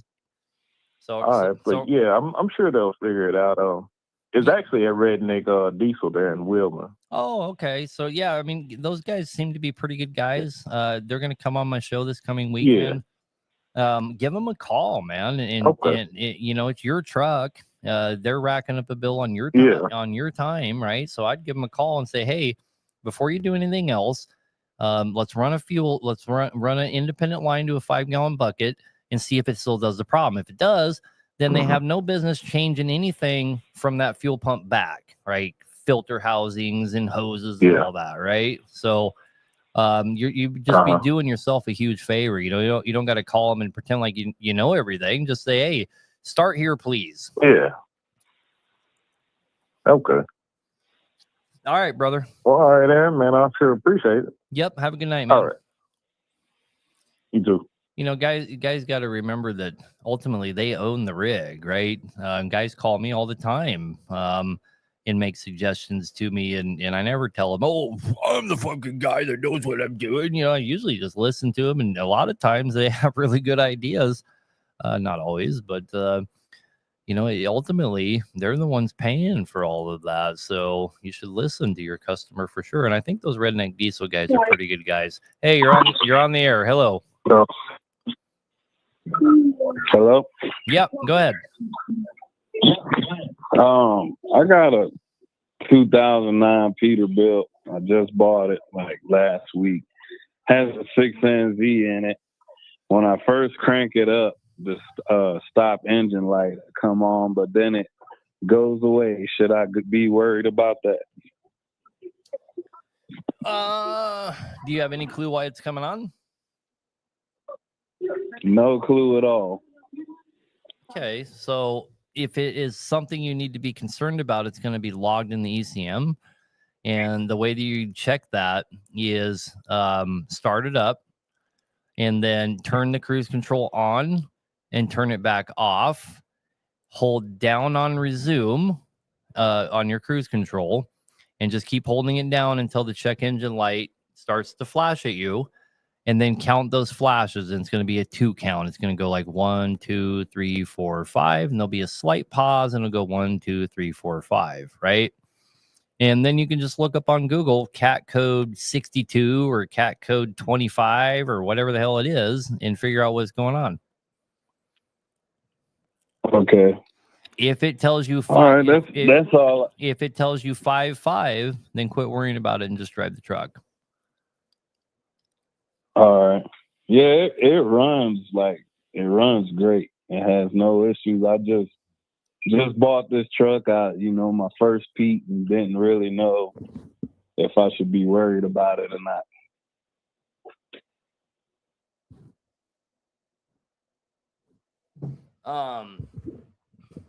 Probably not. If it was, it wouldn't come and go like that. It wouldn't just come on in the very beginning. It's probably not a problem, but that's how you check it. Okay. Okay. Thank you. All right, brother. Have a good night and good luck. You as well. Thank you. Bye. All right. 4 more callers. Let's burn through them here. Here we go. Ethan, you're on the air. Hello. Hey, I had a C model cat with we're rolling mains in it right now. There's some speckling on the cranks that looked like I couldn't figure out what it was, but we ended up getting it polished out. So I'm assuming it's just bearing material that got kind of cooked onto it. Was it white? It was shiny. It wasn't white. I mean, it looked like metal. Yeah, but it did polish out. Yeah, we got it all polished out. So What did you polish it with? What should be good there. Just regular metal polish. Oh, okay. So you guys didn't even use emery cloth on it. You just polished it. No, shoelace. Shoelace and some polish, and it came out. I wouldn't worry about it one bit. Yep. And then another quick question for you. Have you heard of these speed of air pistons? Yeah. What's the story with those? So they claim you can get another 2 miles per gallon fuel mileage. I don't know. I've never used them. I haven't seen any data to support that. I'm more interested in the rings that they use on those speed of air pistons. I've been looking at those pretty heavily. I've actually had a couple meetings with the guys that make the rings for them. As for the speed of air crown and the dimpling, I mean, we all know how a golf ball works, so I guess there's some kind of argument to be made there. But I haven't seen any data to support their claims that they make. I know Dave's Auto is a big proponent of them, but I'm not a big proponent of Dave's Auto. So what do you think about that, right? So I don't really know. I know that they don't make them at all for a heavy duty on highway application or even a heavy duty diesel engine application at all. So it's kind of a non sequitur. They're not even something that is available to us. Okay, gotcha. And then another question on the Cummins side of things. I know you're kind of not really the biggest fan of deleting EGRs and stuff like that. Does it change anything when you put that crossover pipe in from the water pump to the back of the block? I mean, does that kind of get rid of your concerns with that, or is it? Not at all. So what you're doing there is you are correcting a problem that you create when you get rid of the EGR, as far as there being static water between 5 and 6. And so your 5 and 6 are going to fail much sooner. But my problem with deleting the EGR in the first place is the design of the EGR is to reduce your combustion temperature by up to 20%, which eliminates NOx emission, right? Whether I give two shits about NOx emission or not doesn't change the fact that the function of the EGR is to reduce the combustion temperature. So when you get rid of it, you're raising the internal temperature by 20 degrees. And people are like, oh, my EGTs went down. That doesn't mean shit. That's post turbo, right? What's going on inside the engine is much worse. And I can tell you from opening up hundreds of ISXs that are configured both ways, that we see a dramatic difference in cracked heads and dropped liners in the ones with the EGRs deleted, and it's because they're so damn hot inside. They were not designed to run without that EGR. And like with HHP and stuff, using McVie heads and stuff like that, they say that there's more nickel in them to handle heat. I mean, would that help with that, or not nearly enough as what? No, it doesn't do anything for the problem, right? So the aftermarket heads are vastly superior to the OEM heads. They have 30% bigger cooling channels. They're 5% more nickel. They use Inconel intake and exhaust valves, all those wonderful things. And so it is a better head, but that doesn't do anything for your liner walking around, and it doesn't do anything for cracking in between the valves, which is where it cracks. Oh, okay. Yep. And are you going to start using stainless shims? Have you looked into that at all? Or I do use stainless shims, right? It's a big misconception out there that Hack Nation never uses stainless shims. I'd use stainless shims. We're actually using some on an ISX right this minute, but I only use them when I have to go so deep. I don't have any other option. And I have a machine shop that custom makes them for me. The argument out there is that the stainless shims increase the longevity of the engine and get rid of the liner drop. Okay. Now, whether that's true or not, the problem I have with the stainless shims is when you pull engines apart, the fretting on the liner flange is so horribly bad from getting the shit beat out of it, whereas the brass will soak up that beating, that you have ruined someone's block for future builds. That's my problem with Okay. them. I'm not saying they don't work. I'm saying they fuck the damn thing up. Yeah. I only use them. Alrighty, I think that was all I had for you. All right, brother. I appreciate the call. You have a good night. You too. Thank you. Bye. All right. Got 3 more callers. Going to burn through them here. You're on the air, Travis. How can we help you? Hey, how's it going? I recently bought a 87 379 Pete, and it has a M14 Select Plus in it. And run down the highway, I get about 50 pounds. And if I run it, I don't know, for an hour, 2 hours, and come to a stoplight, it'll drop down when it idles to about 18 pounds, and it trips that light on. Yep, that's too low is why, obviously.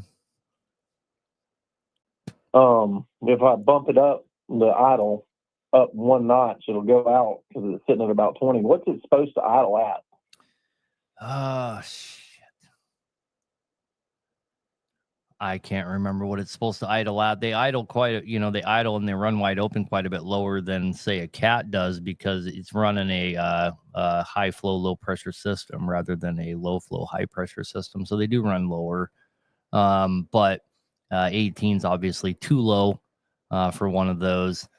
I can't remember what they're supposed to be running at off the top of my head. Again, my memory is not the best on the finer numbers of stuff. We rebuild a hell of a lot of N14s, of course, but my question would be, rather than what exactly it should be running at, is how are we addressing this problem that you have, right? Is this happening because the oil's getting so degraded? My first question would be, is on a fresh oil change, do you have this problem? Yes. I just recently changed the oil, but it doesn't have any blow-by and it doesn't leak. Okay. Any oil. So you could only have a few things going on. First thing I would do is change the oil pump. All right. It might be the original oil pump. So I would start there. If the problem remains the same. Yeah, because I don't. Sorry, go ahead. Yeah, because I don't have any history on what N14 was put in it. The truck's got 1.3 million on it, and I know those weren't even around back then. So, okay. So the first thing I would do is probably change the oil pump. They're not expensive. They're not super hard to do. In fact, the oil pump is on the outside, so it's even easier to do technically. So I would go after the oil pump on that thing. At least I think I can't remember, man. You would think I would know everything about engines, especially ones we do all the time, but it's getting late and I'm having a brain fart. But I would attack the oil pump first. If that doesn't cure your problem, then you kind of know in advance you have a bearing problem going on, right? And that could be the cam bushings, right? Which I've made videos about this quite often, that they don't typically get done on rebuilds. But a good way to figure all that out, man, and get that under my hood off of Amazon, pull a sample. It's going to tell you if you have bearing in there, right? Yep. So, I mean, that'd be the place Well, to that start. was it for my questions. So. Yeah, I start with the oil pump, but I wouldn't just keep driving it. You're going to end up with a rod through the side of the block. They're notorious for it. All right. That sounds good. All right, well, I appreciate your time. Yep. Later. All right. Bye-bye. All right. 2 more callers. We'll get right to you. Jason, you're on the air, brother. How can I help you? Yes, sir. Quick question. Thanks for the call. Taking my call. I have a 99 2WS cat. It runs great. I'm just looking at preventive. Has 1.2 million miles on it. I do oil analysis. It's doing fine. I did have a question moving forward. A couple times I had the rear main seal replaced, and the last time I had Caterpillar replace it, and they said the guy previously who did this hit the back of the crank there like 14 times. He took a picture of it 14 times with a ball peen hammer trying to extract the rear main seal. And I said, okay, and it's been leaking since. I've replaced the rear main seal. I've replaced the front seal on the transmission, the bell housing seal, the oil pan seal. And Caterpillar said the only way to fix this is pull the engine, send the crank off the machine shop, and grind it down, and machine it down, and put it back on with a different seal. And he said, well, shoot, if you're going to do all that, you're just better off to get a reman cat with a new content. I was just checking to see what your thoughts were. Well, my first thought would be that there's pretty much nothing that can't be fixed, right? First of all, they make a speedy sleeve for that, that you might be able to address it that way. But my guess is that a little sandpaper and a little love would probably get that thing right back to normal, right? That'd just be my pocket guess. The problem is it's hard to get to with the rear structure intact. But as far as I have a rear main seal that leaks a little bit, I just need to buy a whole new engine. I mean, doesn't that just sound ridiculous to you? Well, I mean, I'm looking at to either overhauling it with a platinum overhaul or getting a new content engine. Just looking, looking forward. It runs great now, but they said, well, once we do the platinum overhaul and do that crank, it's about the same price as a new content engine. So, hang on now.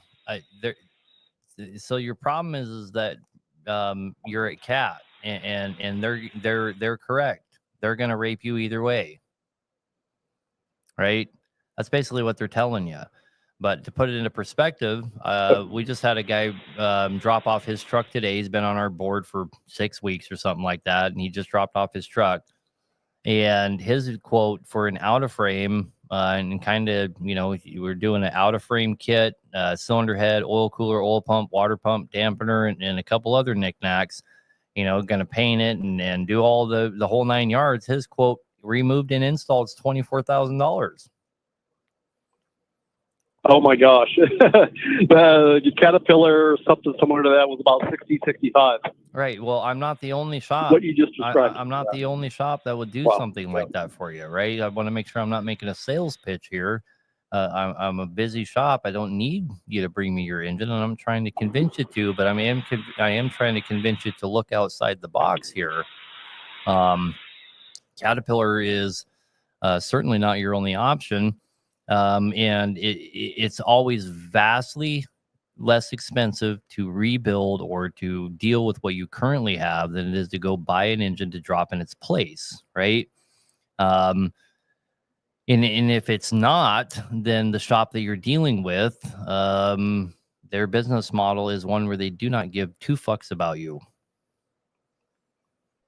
Right. I understand. I guess my only apprehension is, number one, I don't know a good shop except you, so I could do that. I live in Texas, east of Dallas. I just heard of different horror stories of people getting an overhaul done and having problems shortly thereafter. And that's why I would consider CAT, because of the 4-year unlimited mileage. Yeah, but we could dig up hundreds of people that have the same horror stories with CAT. Okay. Right. And unfortunately, I don't have, places I can point people to go to. I just don't know enough shops. So we're trying to cure that as well. We're trying to get a whole brotherhood of shops that all work together and kind of change this industry, but we're not there yet. In your area, the only guy I know off the top of my head that I would recommend probably is Mark of a big shop, right? I haven't heard a whole lot negative about his shop. I do know that he's on the spendier side, but I know he's very reputable as well. So even in your area, there's guys that people go to that have very good luck. You're out of Austin? No, we're in San Antonio. San Antonio? Yep. Okay. The issue I'm having with the crank, could you guys fix that? Or I mean, if you need to take it out and machine that crank, or I mean, probably. There's a reason that we're called Hack Nation. Yes, sir. Okay. All right. Well, that's all the questions I had. Thank you very, very much. Yeah, man. If you want us to like give you a little consultation on or something, get a hold of us at the shop here. I'll talk to you about it. Not on the air, Yes. Yes. What's the phone number? Or just look it up online? Oh boy, I don't want to give it out because people blow me up. That's fine. You can find Okay. us. You can find I'll look for it online. Yes. All right, brother. Okay. All right. Later. Thank you. Bye. Bye-bye. 60-some thousand. Jesus fucking Christ. Come on, Cat. You can do better than that. All right, last caller. You're on the air. Moses. Hey, how's it going, man? Just want to say I love you guys' videos online. Thank you. I've been following for about 2-3 months now, and it's awesome, man. Been learning a lot. So the past 2 years, basically, I went backwards. Just trying to stay in business. I'm an owner operator. I've got my own authority and stuff. Sounds like trucking.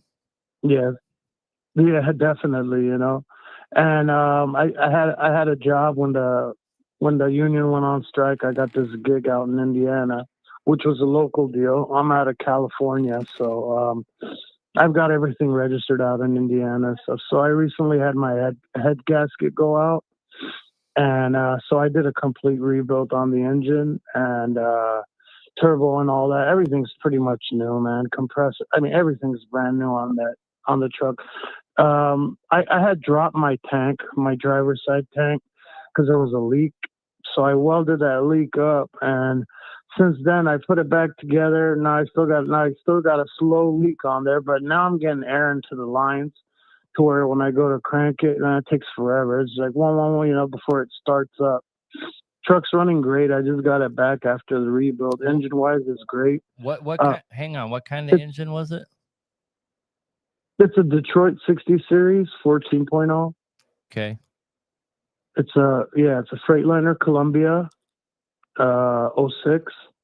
I've done everything to it, Now I've got this issue where I'm getting air into the lines and stuff, man. And once it's fired up, if I'm over half a tank, they got 100-gallon tanks on either side. As long as I'm up beyond 100 and 120 gallons, I'm fine. It's once it gets low to the halfway mark where the lines run, that's when it starts doing this. You know what I mean?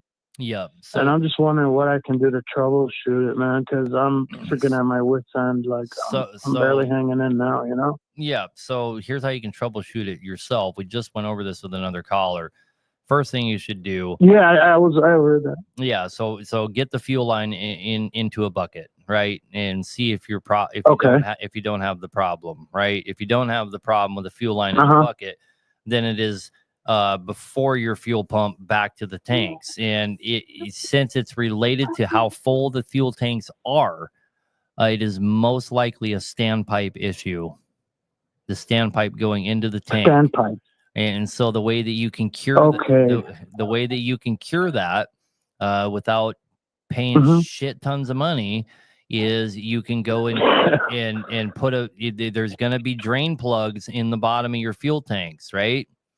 So go to those drain plugs and put a valve on where those drain plugs are, and take your supply lines and take them and you can leave the return lines right where they're at, but take the supply line and put it down to the bottom of the tank. You can do all that yourself. And I'll tell you a little trick here. You can get a shop vac and take the fuel cap off, shove a shop vac in that thing, put a rag around it, have somebody hold that shop vac on there. And when you pull the plug out of the bottom, that fucker can be, half full of fuel, and you won't get any fuel on you. You won't lose any fuel while you're doing it. Okay, and just suck it out with the shop vacuum? No. So or have it reversed, blow into it? No. You're creating suction, right? So when you take that plug out, it's just going to suck air instead of letting fuel out. I see. So I can do that without having to drain the tanks and stuff. That's right. You can do it without having to drain the tank. Okay. So put a vacuum cleaner on there, have somebody else hold it. And also make sure that your breather tubes are not plugged up. That could be the problem. I'd start there. Clean those breather tubes out, because once you have went so low on your fuel, you're creating a vacuum, right? It could just be those breather tubes. Yeah. So, Yeah, you know why? Because when I had that leak, I'm pretty sure, because I had that leak for a while. I'm not going to lie. I was running like that for a while because I was just barely surviving, using credit cards to pay for fuel and money I made to pay for bills. So I did run my fuel low for a long time just so I wouldn't have it leaking. So I was always below 100 gallons. Now, I'd run it real low before I would fill up, and I wasn't filling up completely. So, that sounds like that's very possible, because it was over a year I ran like that. So because I had no choice. Switch them lines to the bottom of the tanks, just the supply lines. Just the supply lines. Awesome, man. Thank you so much, dude. You guys are awesome, man. All right. I get stuck on your videos. Well, I appreciate it, man. Give you guys a lot of fun. You have a good night and good luck, okay? You too, brother. Yeah, man. Maybe I'll swing by one of these days. Do it. I appreciate you guys. Sure. Thank you. Have a good night. I will. Absolutely. Thank you. Bye. You too. Bye-bye. All right, and that wraps it up. If you were hanging out with us on TikTok, like always, if you want to hear the callers, you got to be on Facebook watching this, or YouTube. We're streaming live there as well. They do allow us to integrate the caller, so you can hear the caller there. I appreciate you sticking it out on TikTok anyway, where you could just hear me. I probably wouldn't do that. Who wants to hear me? But anyway, either way, I do appreciate you guys. I appreciate all the comments. I swear one of these days I need to just do a show off of the comments. They're always so good. But call-in show, you got to take the callers, right? But anyway, guys, thank you. Thank you for participating. Don't let the shop vac touch the field. You don't want the shop vac to touch the fuel. You'll just end up with a shop vac full of fuel. But if you create a good vacuum on there, you want to make sure whatever valve you're going to put on the bottom of the tank, you want to make sure it's open, so it will also allow air to pass through the valve while you're putting it on. But you won't lose any fuel at all if you get a good vacuum going with a shop vac when you go and take plugs out of your fuel tank. I've done it many, many times. But I appreciate everybody for participating. Long night, long show, but I think it was pretty good. We did help quite a few people. I appreciate anybody that called and helped give their input as well. You guys have a good night. I'm going to end the stream here. Then I'll say goodbye to my loyal fans on TikTok that stick by us even though they can't hear the caller. You guys have a good night. Thank you.